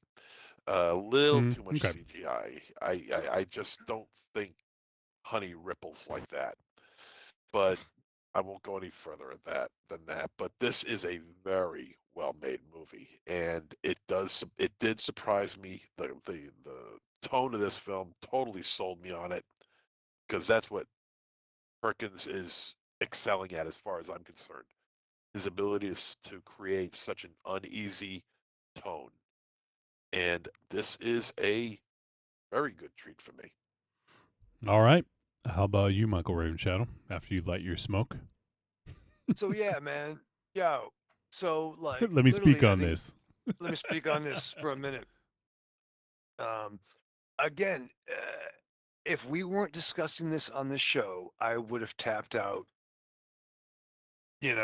halfway through this picture. Just I don't give a fuck. I stayed with it for 75% of it. And that's when the until comes in. And when that fucking until comes in, yo. Um, there's a scene we didn't talk about. It's when a certain character takes a trip down memory lane of those that came before. Yeah. I was actually just thinking about that. Oh, you motherfucker. You goddamn motherfucker. Oh man. Yo, it's a marathon, not a sprint. Ride this out, man. Person, lady, whatever the fuck. Ride it out. And I think you're gonna be happy for it. I think it leaned into tropes that, again, didn't give a fuck about until I did. And I would like to see this again. I would like to watch this again with somebody seeing it for the first time, just to kind of revisit that. And then when the fucking punchline comes, be like, yo, treat. That's what you'd say when it happens. Like, I'd be like, yo, the Treat. right? I'll try to be brief with mine. This is a big treat. This movie's just fucking awesome. It's, man, like I think Longlegs might be his most realized work in terms of like just everything kind of like working and coming together and having a big budget, a fairly big budget, and the marketing and everything. Sure. This one was a little bit, the marketing was a little bit more subdued, but still was very mysterious. And yeah, I think that this is, it's sort of setting you up, not setting you up, but like I feel like Perkins is showing us a bit of a style. Now it's not, I'm not gonna, like, I don't want to compare him to like M. Night, because M. Night had like, early on, like it was all about the twist, right? And it was like a twist at the very end, like almost Twilight Zone-esque. Where I feel like this is not the same thing. It's just he doesn't give you all the information early on. You get a lot, but there's some stuff that's left out that when you get it kind of frames things in a different way. And then you start thinking about it differently. And then when the ending does happen or the change happens, it sort of started to head in that direction. So it wasn't like a complete fucking 180, but it still is surprising. So in no way am I comparing him to M. Night. I'm just saying, like, I feel like in that way he's getting his own style of, really subverting expectations, I think. And that's something I really like. And I was not a huge fan of Black Coat's Daughter. I remember when we did that. Of course, that was one of his first films, but since then, I think he's hit it out of the park in almost every movie. And I loved, like, The Monkey was so different from any of his other work. It was funny. It had like cartoon violence, it just was so different. And this one feels different as well from his others. So this one actually, if anything, maybe was more similar to Gretel and Hansel in that there's a little bit of a sort of fairy tale-esque vibe to it, a little more indie, Yeah, than than The Monkey or Long Legs. Yep. Yeah. And that's not a I bad haven't thing. seen. You haven't I seen was just Gretel? gonna say, I Gretel and haven't Hansel? seen Hansel and Gretel yet. So It's not that it matters, but it's Gretel and Hansel. It's backwards from what you would expect. But yeah, I really love Osgood Perkins, and this movie's just so good, and the ending is fucking amazing. It's one of the coolest endings of the year, I think, if not the coolest. And some of the characters in this that show up are really outstanding, and like are very memorable too for the amount of time that they're on screen. I feel like they're very memorable. So like you could even say like they each, in a way, I don't want to relate it to Hellraiser, but in a way there is some gimmick about each character that made me think of like Hellraiser in that, what Chatterer, was that his name, MZ? yeah, Chatterer. Yeah. And then there's like was Butterball.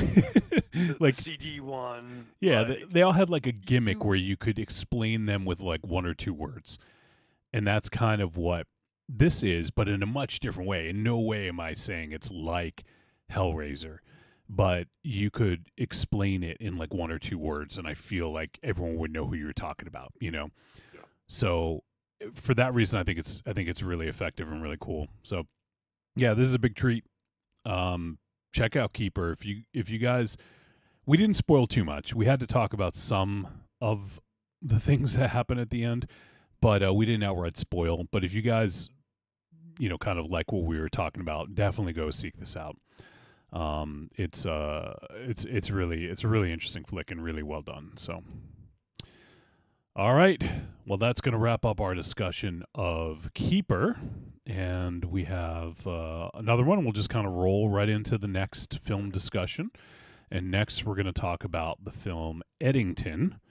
And this film is from 2025 as well. And it's rated R. It is 2 hours, 28 minutes. And it is a contemporary Western satirical comedy drama. I guess that's kind of accurate. It's written and directed by Ari Aster, and it stars Joaquin Phoenix, Deirdre O'Connell, Emma Stone, Michael Ward, Pedro Pascal, Cameron Mann, Matt Gomez Hidaka, Luke Grimes, Amelie Hefferly, Clifton Collins Jr., William Ballou, and Austin Butler. So we got another Austin Butler and Emma Stone. We saw them. We talked about them. Not yeah, but and Caught Stealing on the same episode actually. Yep. So we got them in this, and the synopsis for this: in May of 2020, a standoff between a small-town sheriff and mayor sparks a powder keg as neighbor is pitted against neighbor in Eddington, New Mexico. And if you guys are not familiar with Ari Aster, the director, if you're not familiar with the name, you're probably familiar with the films. And he has previously directed the films Hereditary, Midsummer. Let's see, I'm trying to do by memory. Beau is Afraid, and and then now Eddington. So those are his. It's crazy. Those are his 4 features. Like Jesus Christ. Like, I mean, they're intense. They're all very different, I would say. I mean, I guess Hereditary and Midsummer are closer together than maybe the others, but he thrives on tension, stress, like anxiety. Like, I don't know how to properly convey, but it's present in a lot of his films, and he does a really great job of portraying that on screen.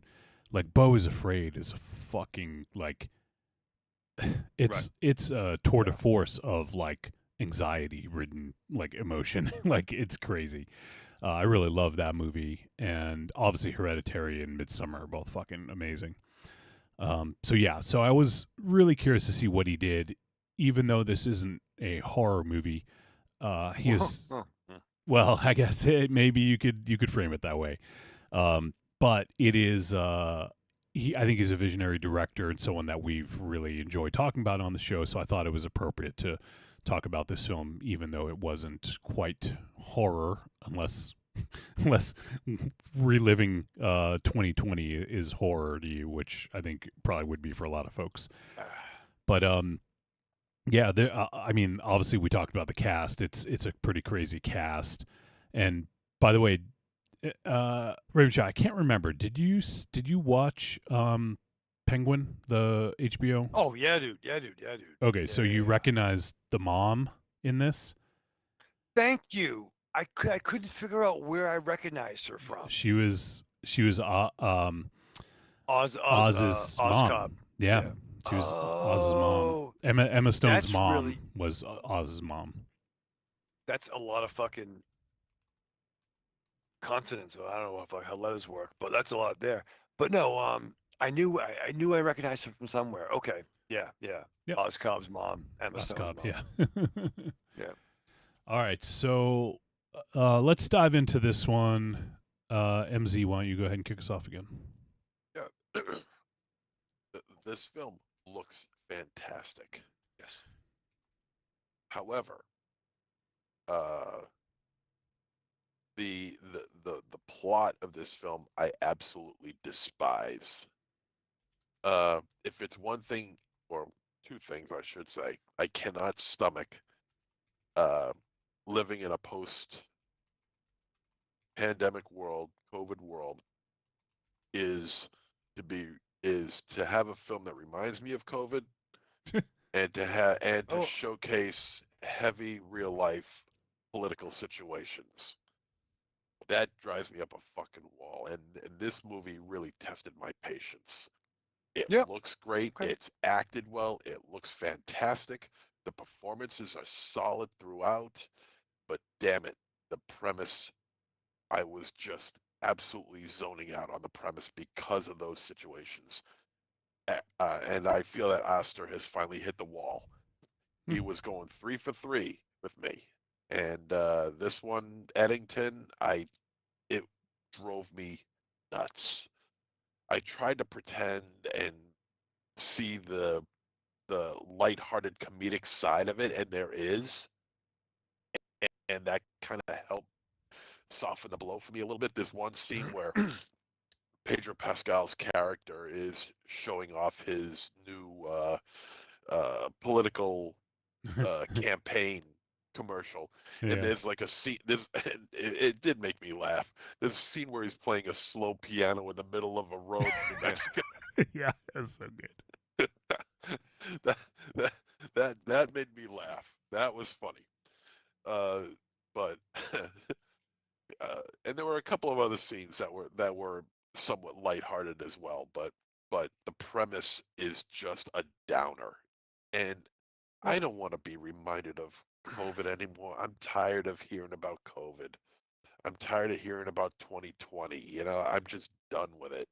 And to have a 2.5-hour film of this being shoved in your face, and worse yet, being shoved in your face with talent, it really bugged the hell out of me. I couldn't handle it. All right. How about you, Raven Shadow? Well, first of all, there's a lot to unpack in this film, and I'm not sure that we're smart enough for this. Can we call Anthony?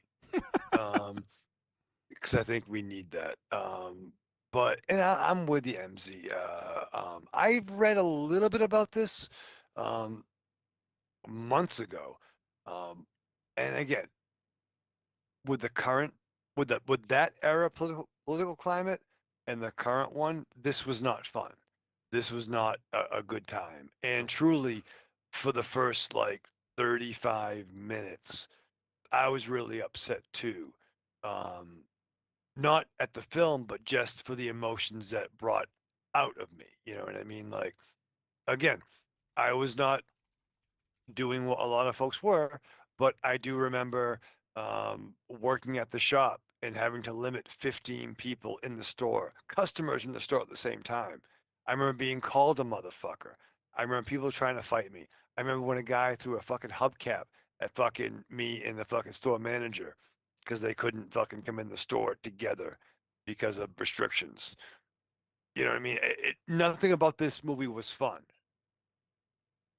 Then there's a point where it kind of gets weirdly black comedy, almost like a dark pandemic meets election type vibe. And then it gets fucking dark as a motherfucker again. um, ah, and it's a funny double feature, right? It's a funny double feature where I didn't give a fuck about the plot of the past film until the last 20 minutes. I was really angry and upset at this film for what it was bringing. Not the acting, the shots, the camera, whatever the fuck, all was dope. It's the feeling it was bringing out in me personally that was making me upset. And then it still takes a turn where like, what the fuck? And then it goes off the rails in a weird way. And again, like, I really want to talk about the fucking ending. Because there's a lot going on. And you know what? I get it, man. I get it. You know, think about, though, all the fucking Vietnam films that came out back to back to back to back, you know, to the people that were of that age. My dad didn't go to Canada, had bone spurs, fucking, he was in fucking, you know what I mean? Like, I'm too funny to carry a gun unless my friend lets me go to the range with him. But there was some shit that happened. Hamburger Hill, Full Metal Jacket, Platoon, and those boys were still fucking in their 30s, late 20s, early 30s. You know what I mean? So, like, what anyone, again, I have so much anger towards stupidity of the last couple years that I'm trying to just see this as just a storytelling narrative and memory, because we could definitely go off the rails, and I know I definitely could. It wasn't fun. This is not a fun picture. Merry Christmas. Happy episode 700. I wish we could have watched Black Christmas. The original? Any fucking Garbage Day or that fucking movie. Silent Night, Deadly Night, you mean? I don't know what I mean. Part two, part dose. It's like the Evil Dead of fucking whatever the fuck. I was upset, but there's a lot to unpack, and let's until. Okay. So, this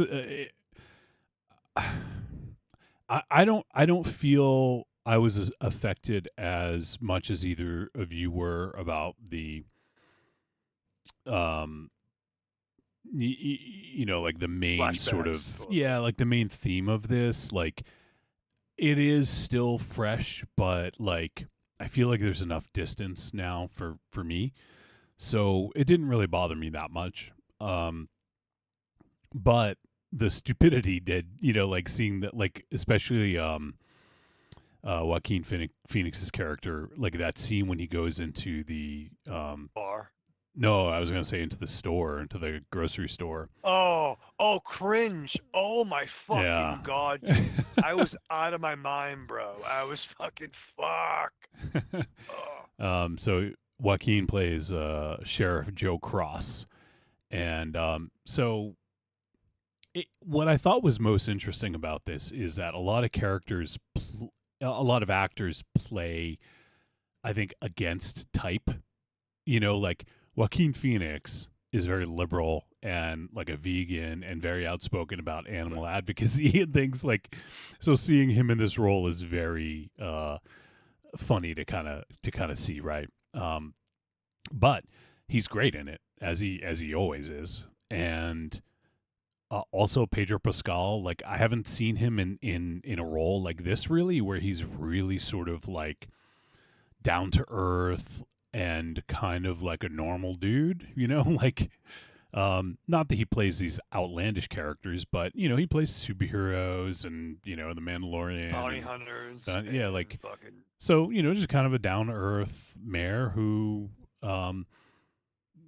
generally seems like he has people's well-being in mind, but he's also caught up in some shit too that might be kind of shady, or probably is shady, right? Like so I think really what this movie shows is that there's fucking crazy assholes on both sides, right? And it also shows how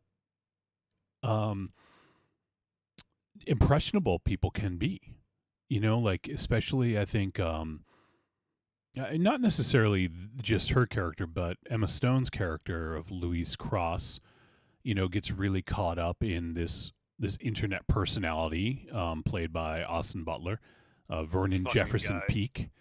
Can we all agree he's a fucking douchebag? Yes, yeah. Oh, do you think? The scene with him when they were supposed to be having dinner and then they show up late, like that scene with him was fucking like it was kind of amazing. But it was amazing, but I wanted to give him a fucking missile drop kick. Right. Well, yes, that's what I mean. Like, yeah, all the shit that he's spewing and all that.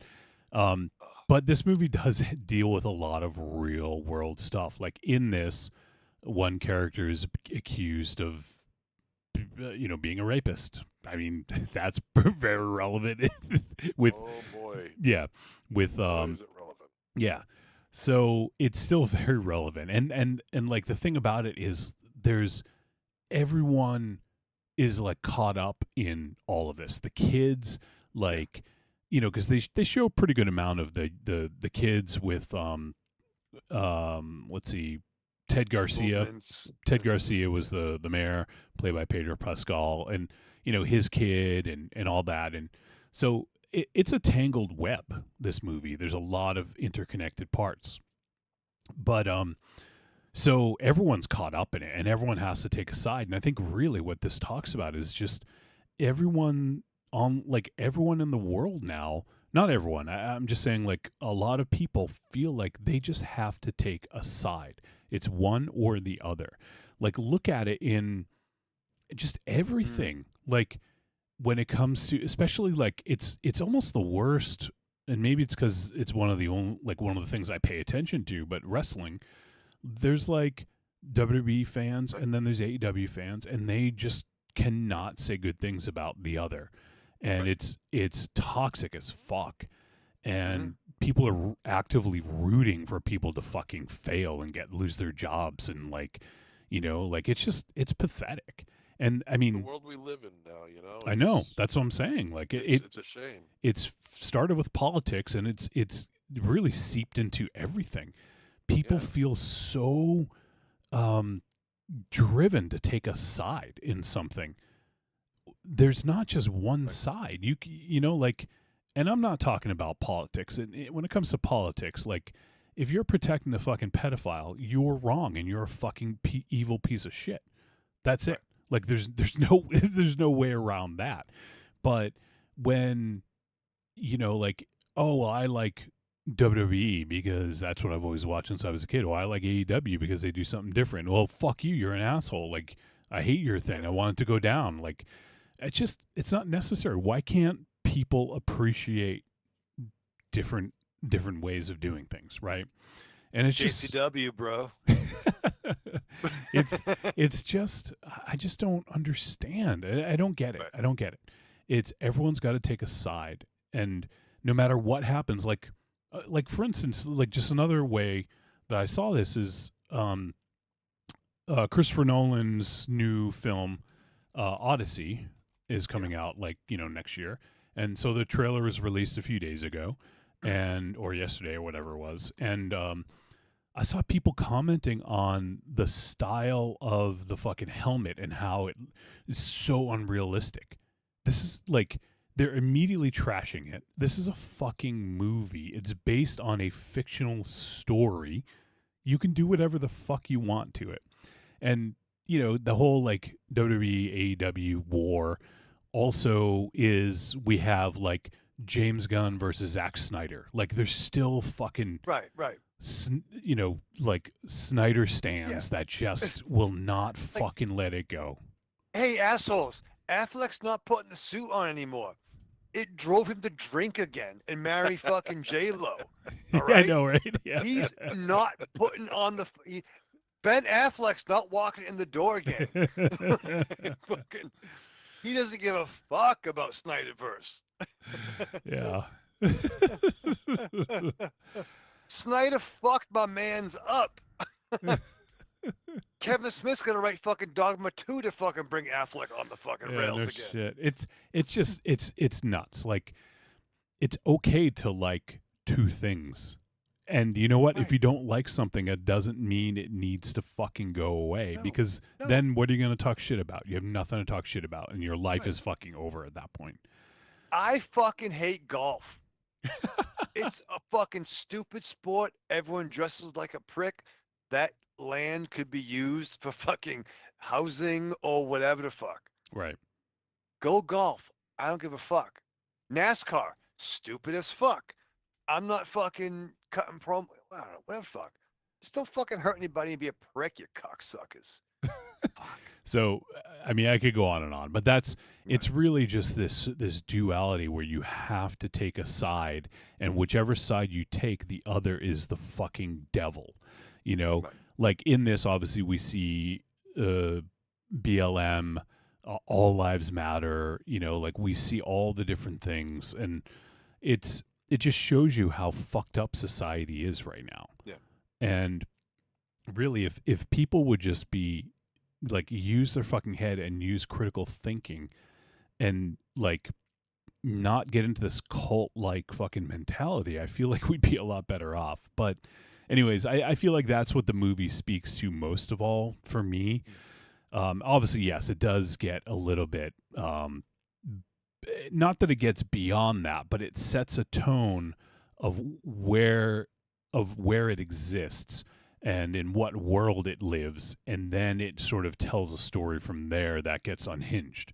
You know, like one of my favorite scenes I'll say is when there's that noise complaint at the mayor's party, and the sheriff just goes in, doesn't say anything to anybody, turns the volume down and walks away. Pedro Pascal's mayor comes over, turns it back up.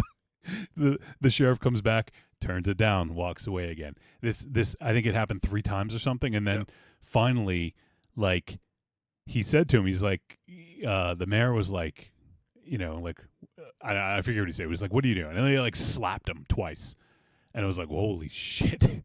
And then he just walked away. That's the until moment. Like, right. oh. Once that happened, yeah, things changed like big time. And it's a kind of a slow boil from there, but it starts to really heat up, and it becomes a really I liked it, but it's unhinged at times, and it just, I think by setting the tone of the world, it's able to tell the story a little bit better. So I think we needed that like first half, despite how real and everything it is. But I feel like we kind of needed it to build on it to tell the story they wanted to tell. So yeah, I mean, do I wish Ari Aster would go back and do some stuff like Beau is Afraid and Midsummer? Yeah. But it is cool to see him stretch his legs a little bit and to try something that he hadn't tried before. But I know it's not going to be everyone's cup of tea for sure. Yeah, it's definitely not my cup of tea. Just because you're trying something new doesn't mean it's going to work out well. And a lot of people may agree with me, and a lot of people are going to disagree with me, and that's fine. I'm not going to chastise anybody who thinks that this is a good movie. That'd be ridiculous. I saved that shit for Halloween. But I mean, I just felt like, I feel like it's too soon to be talking about this sort of thing. Yeah. And given the climate that we're in now, I would wait at least a couple of decades before I start tapping into some reality into a fictitious story. Well, like Raven Shadow said, a lot of times it doesn't happen right away, but we'll get films that are based on things that happen in recent history, like with Vietnam and whatever. I get A it. lot of 9/11 movies. That one with fucking Pattinson. Right, when right, it ends right. and the fucking towers fucking spoiler alert. Yeah. But like using Vietnam, that's a very good example. Serious movies, big movies didn't start coming out about Vietnam until about a decade after. And we're only halfway at that point by now. But to be fair, though, and then not to cut you off, MZ, but the world's moving faster, though. That is The world's absolutely moving, true. Yeah.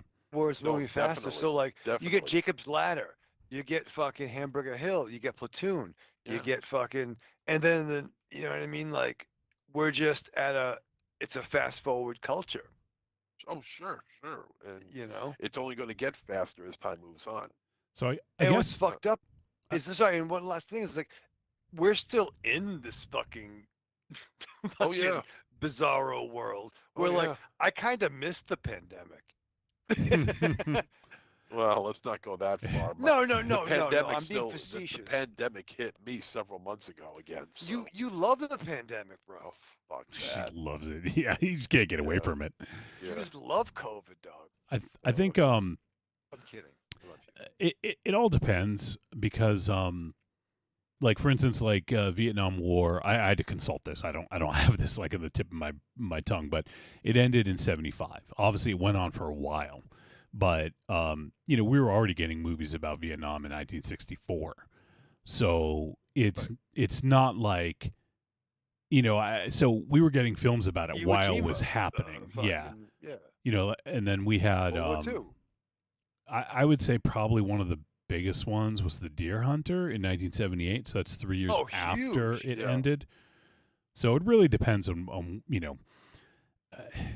when it started and when it ended and all that. And obviously Apocalypse Now was 1979, and I forgot about them. Yeah. So it really depends on but it's one of those things. I get what you're saying, and this is going to be different for everybody. Some people are going to be okay with seeing a film about something that was impactful to everyone's life and just a few years ago. But yeah, I mean, I totally get it. I get it.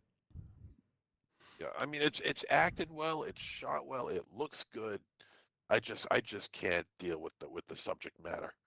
And I know that's a very unfair way to criticize and a very general way to criticize this movie, but because like Raven Shadow said, there is a lot here to unpack. There's more than just pandemic and politics involved in this. I'm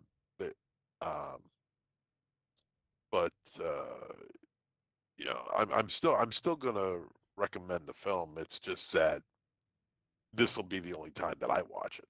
Mm-hmm. Yeah. I was going to ask is there anything else, MZ, that you want to talk about with this? Because I think we can probably start heading to the verdict. Yeah. You know what? I really don't have that much to say more about it. I understand it's a very general way for me to review this film, and it's not fair to the film, but that's what I'm going to do. All right. So yeah, let's just do the verdict then, since he stepped away. Okay. So yeah, we don't need to play the music, but just go ahead, MZ, and give your verdict for this. Okay. Yeah, it's like I said, I'm going to be pretty unfair to the film, but I am going to say it is a tepid treat because of the way it looks and the way it's shot and everything else. The subject matter isn't for me. It could be for other people, though. They could see past that and see a deeper meaning into the film. there is some excitement that goes on during the last, say, 20 minutes of the film, and it's pretty wild. I'll say, and it got my attention. But with everything else that surrounds it, man, I just can't get myself out of that bubble. This is a tepid treat, however. I do recommend it, but I will not be seeing this movie ever again. That's fair. Oh, there he is. Got to fix his hair. Put his headphones on. Come on, Barry Gibb. All right, it's time for your verdict, Raven Shell. Go. All right, already? Yeah. Yeah, fucking. All right, listen. This is. I'm looking at MZ's hair right now. It's so fucking distracting.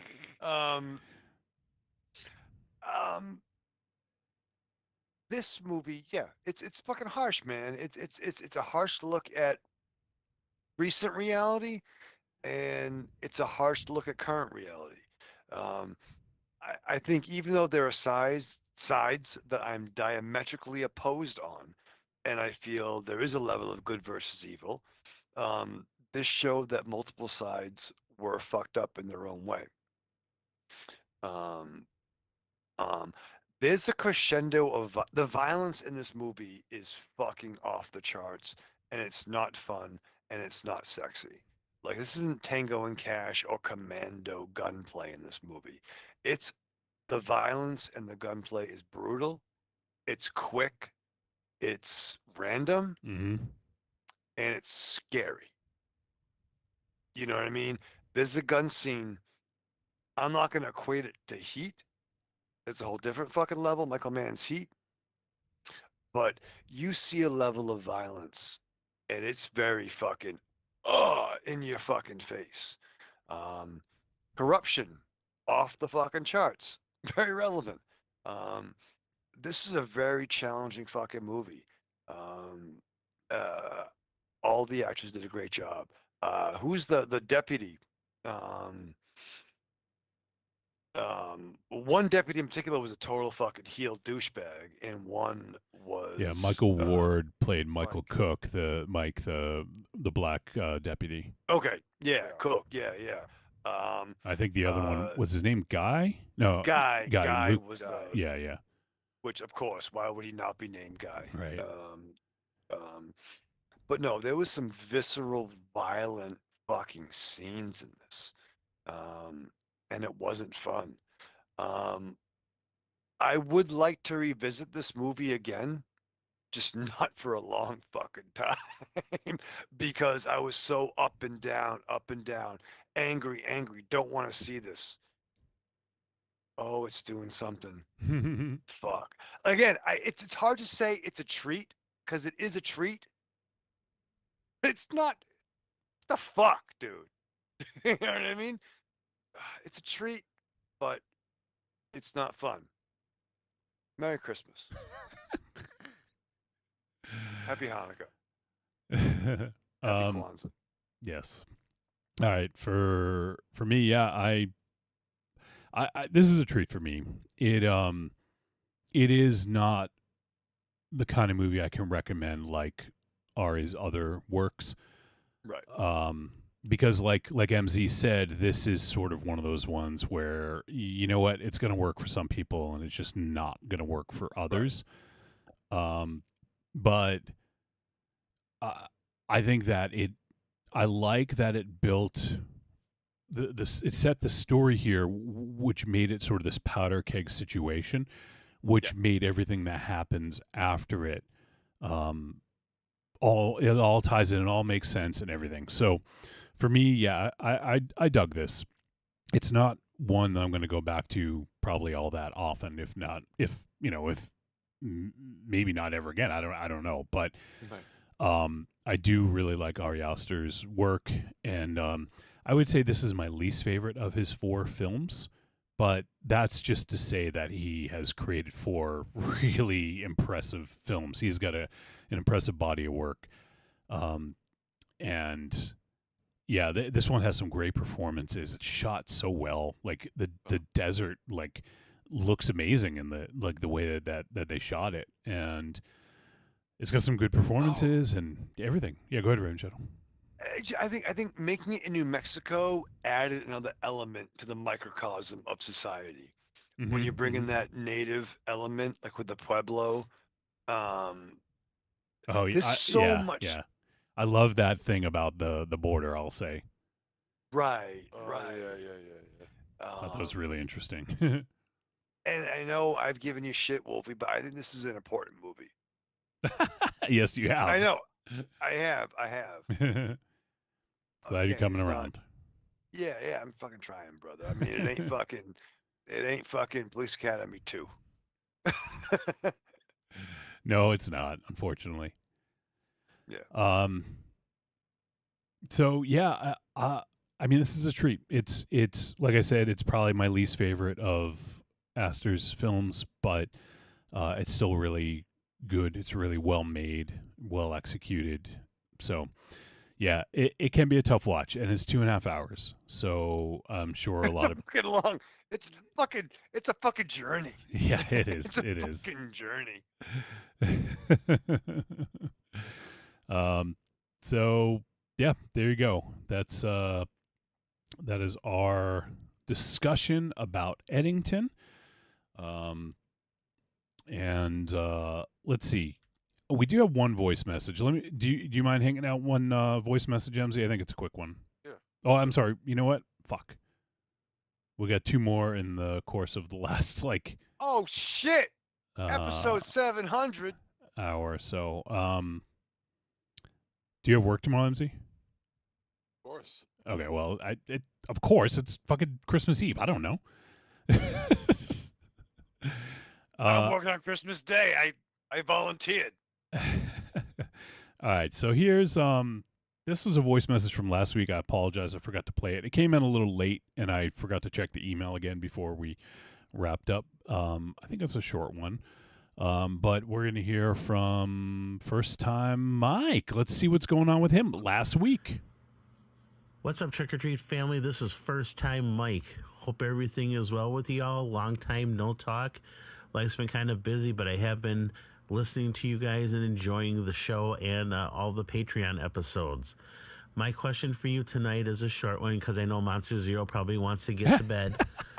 What holiday things, like Christmas or whatever holiday you celebrate, do you like to do during the season, like the days before? Like, not like wrapping presents or anything, but like, are there any Christmas specials that you like to watch? Any places that you go visit during the season?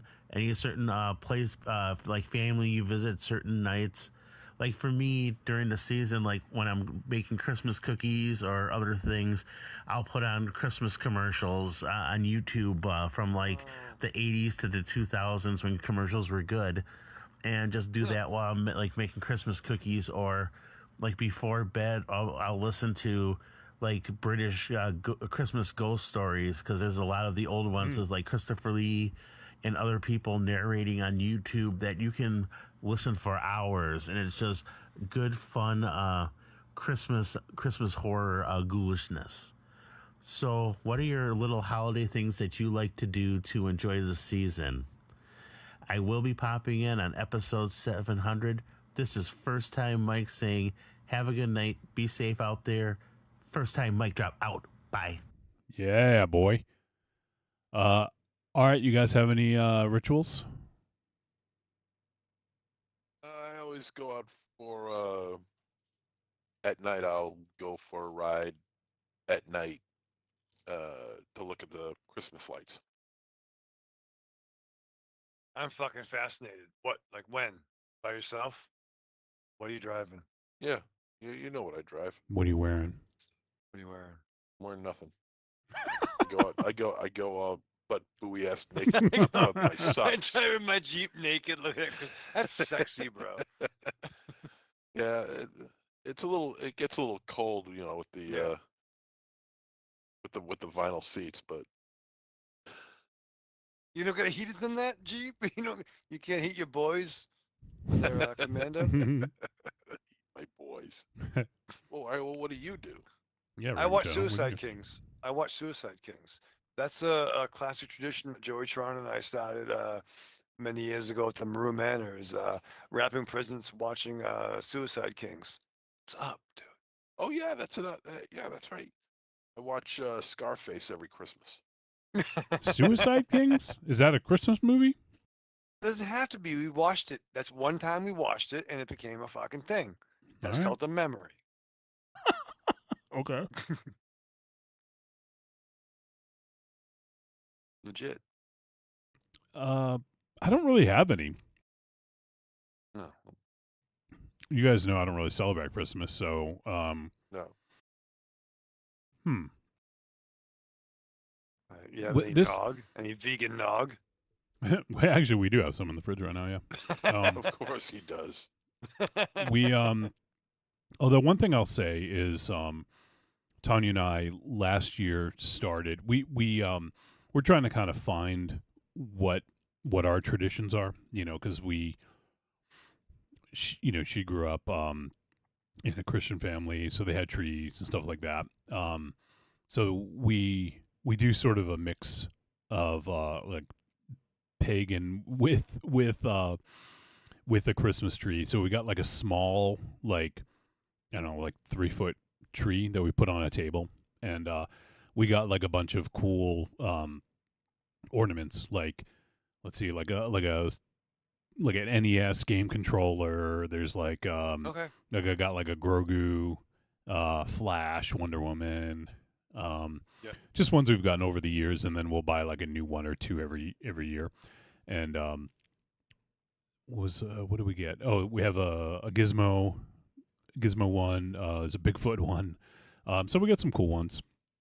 A piece of pizza, a pickle, just things we like. So we started that, and we'll play like classic, like Christmas music, 50s, 60s stuff, and while we put it together. So we did that last year and this year.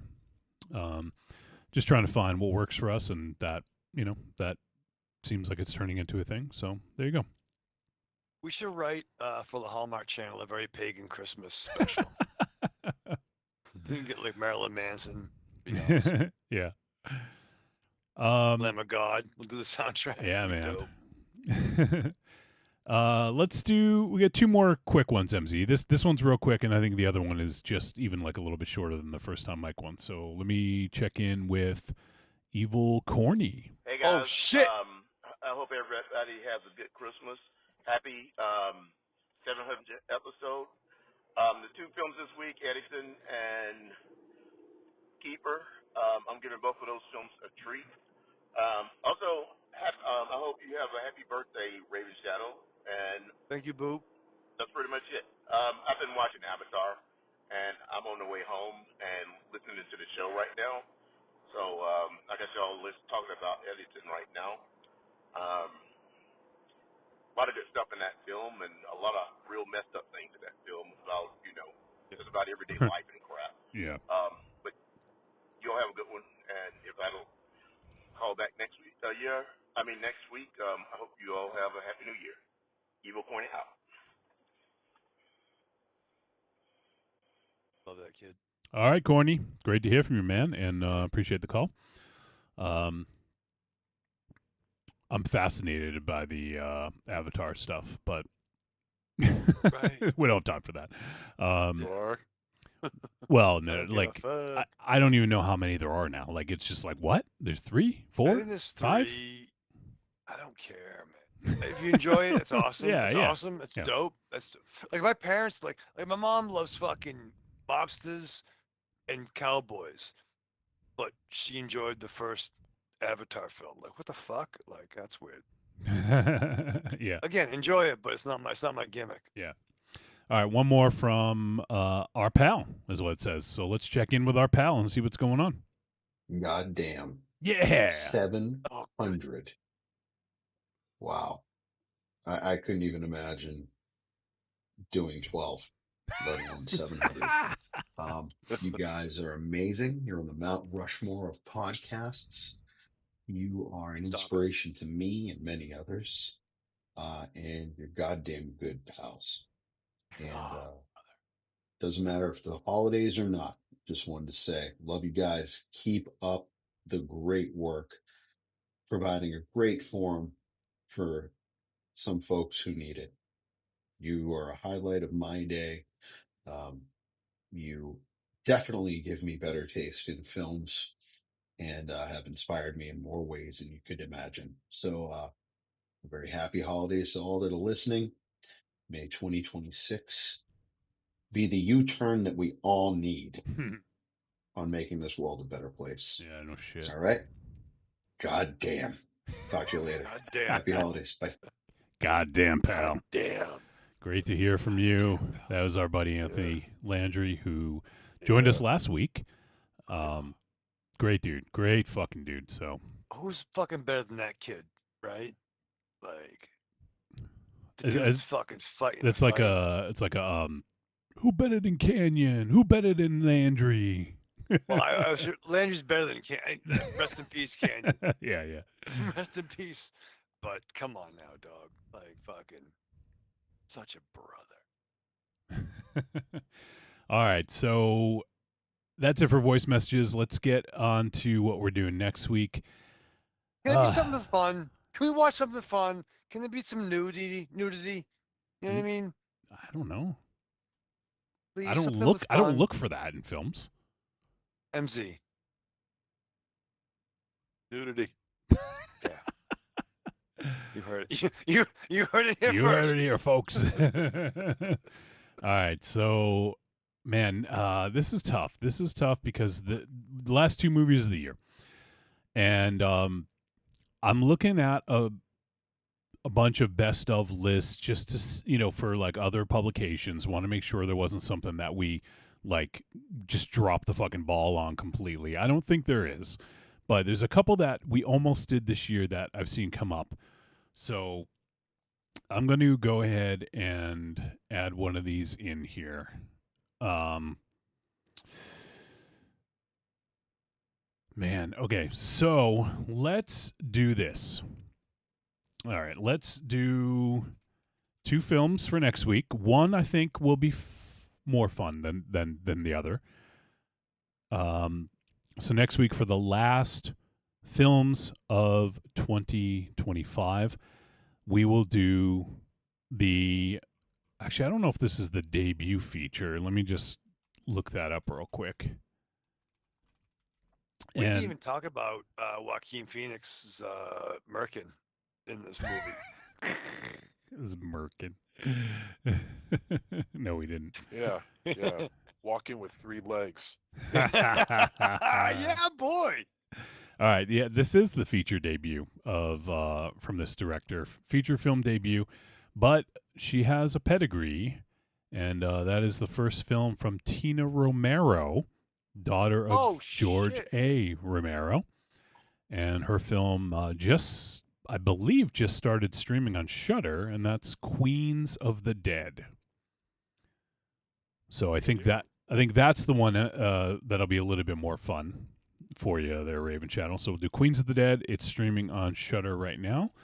And the other one we're going to do is the title of a movie we've already reviewed, but it's a new movie, I assure you.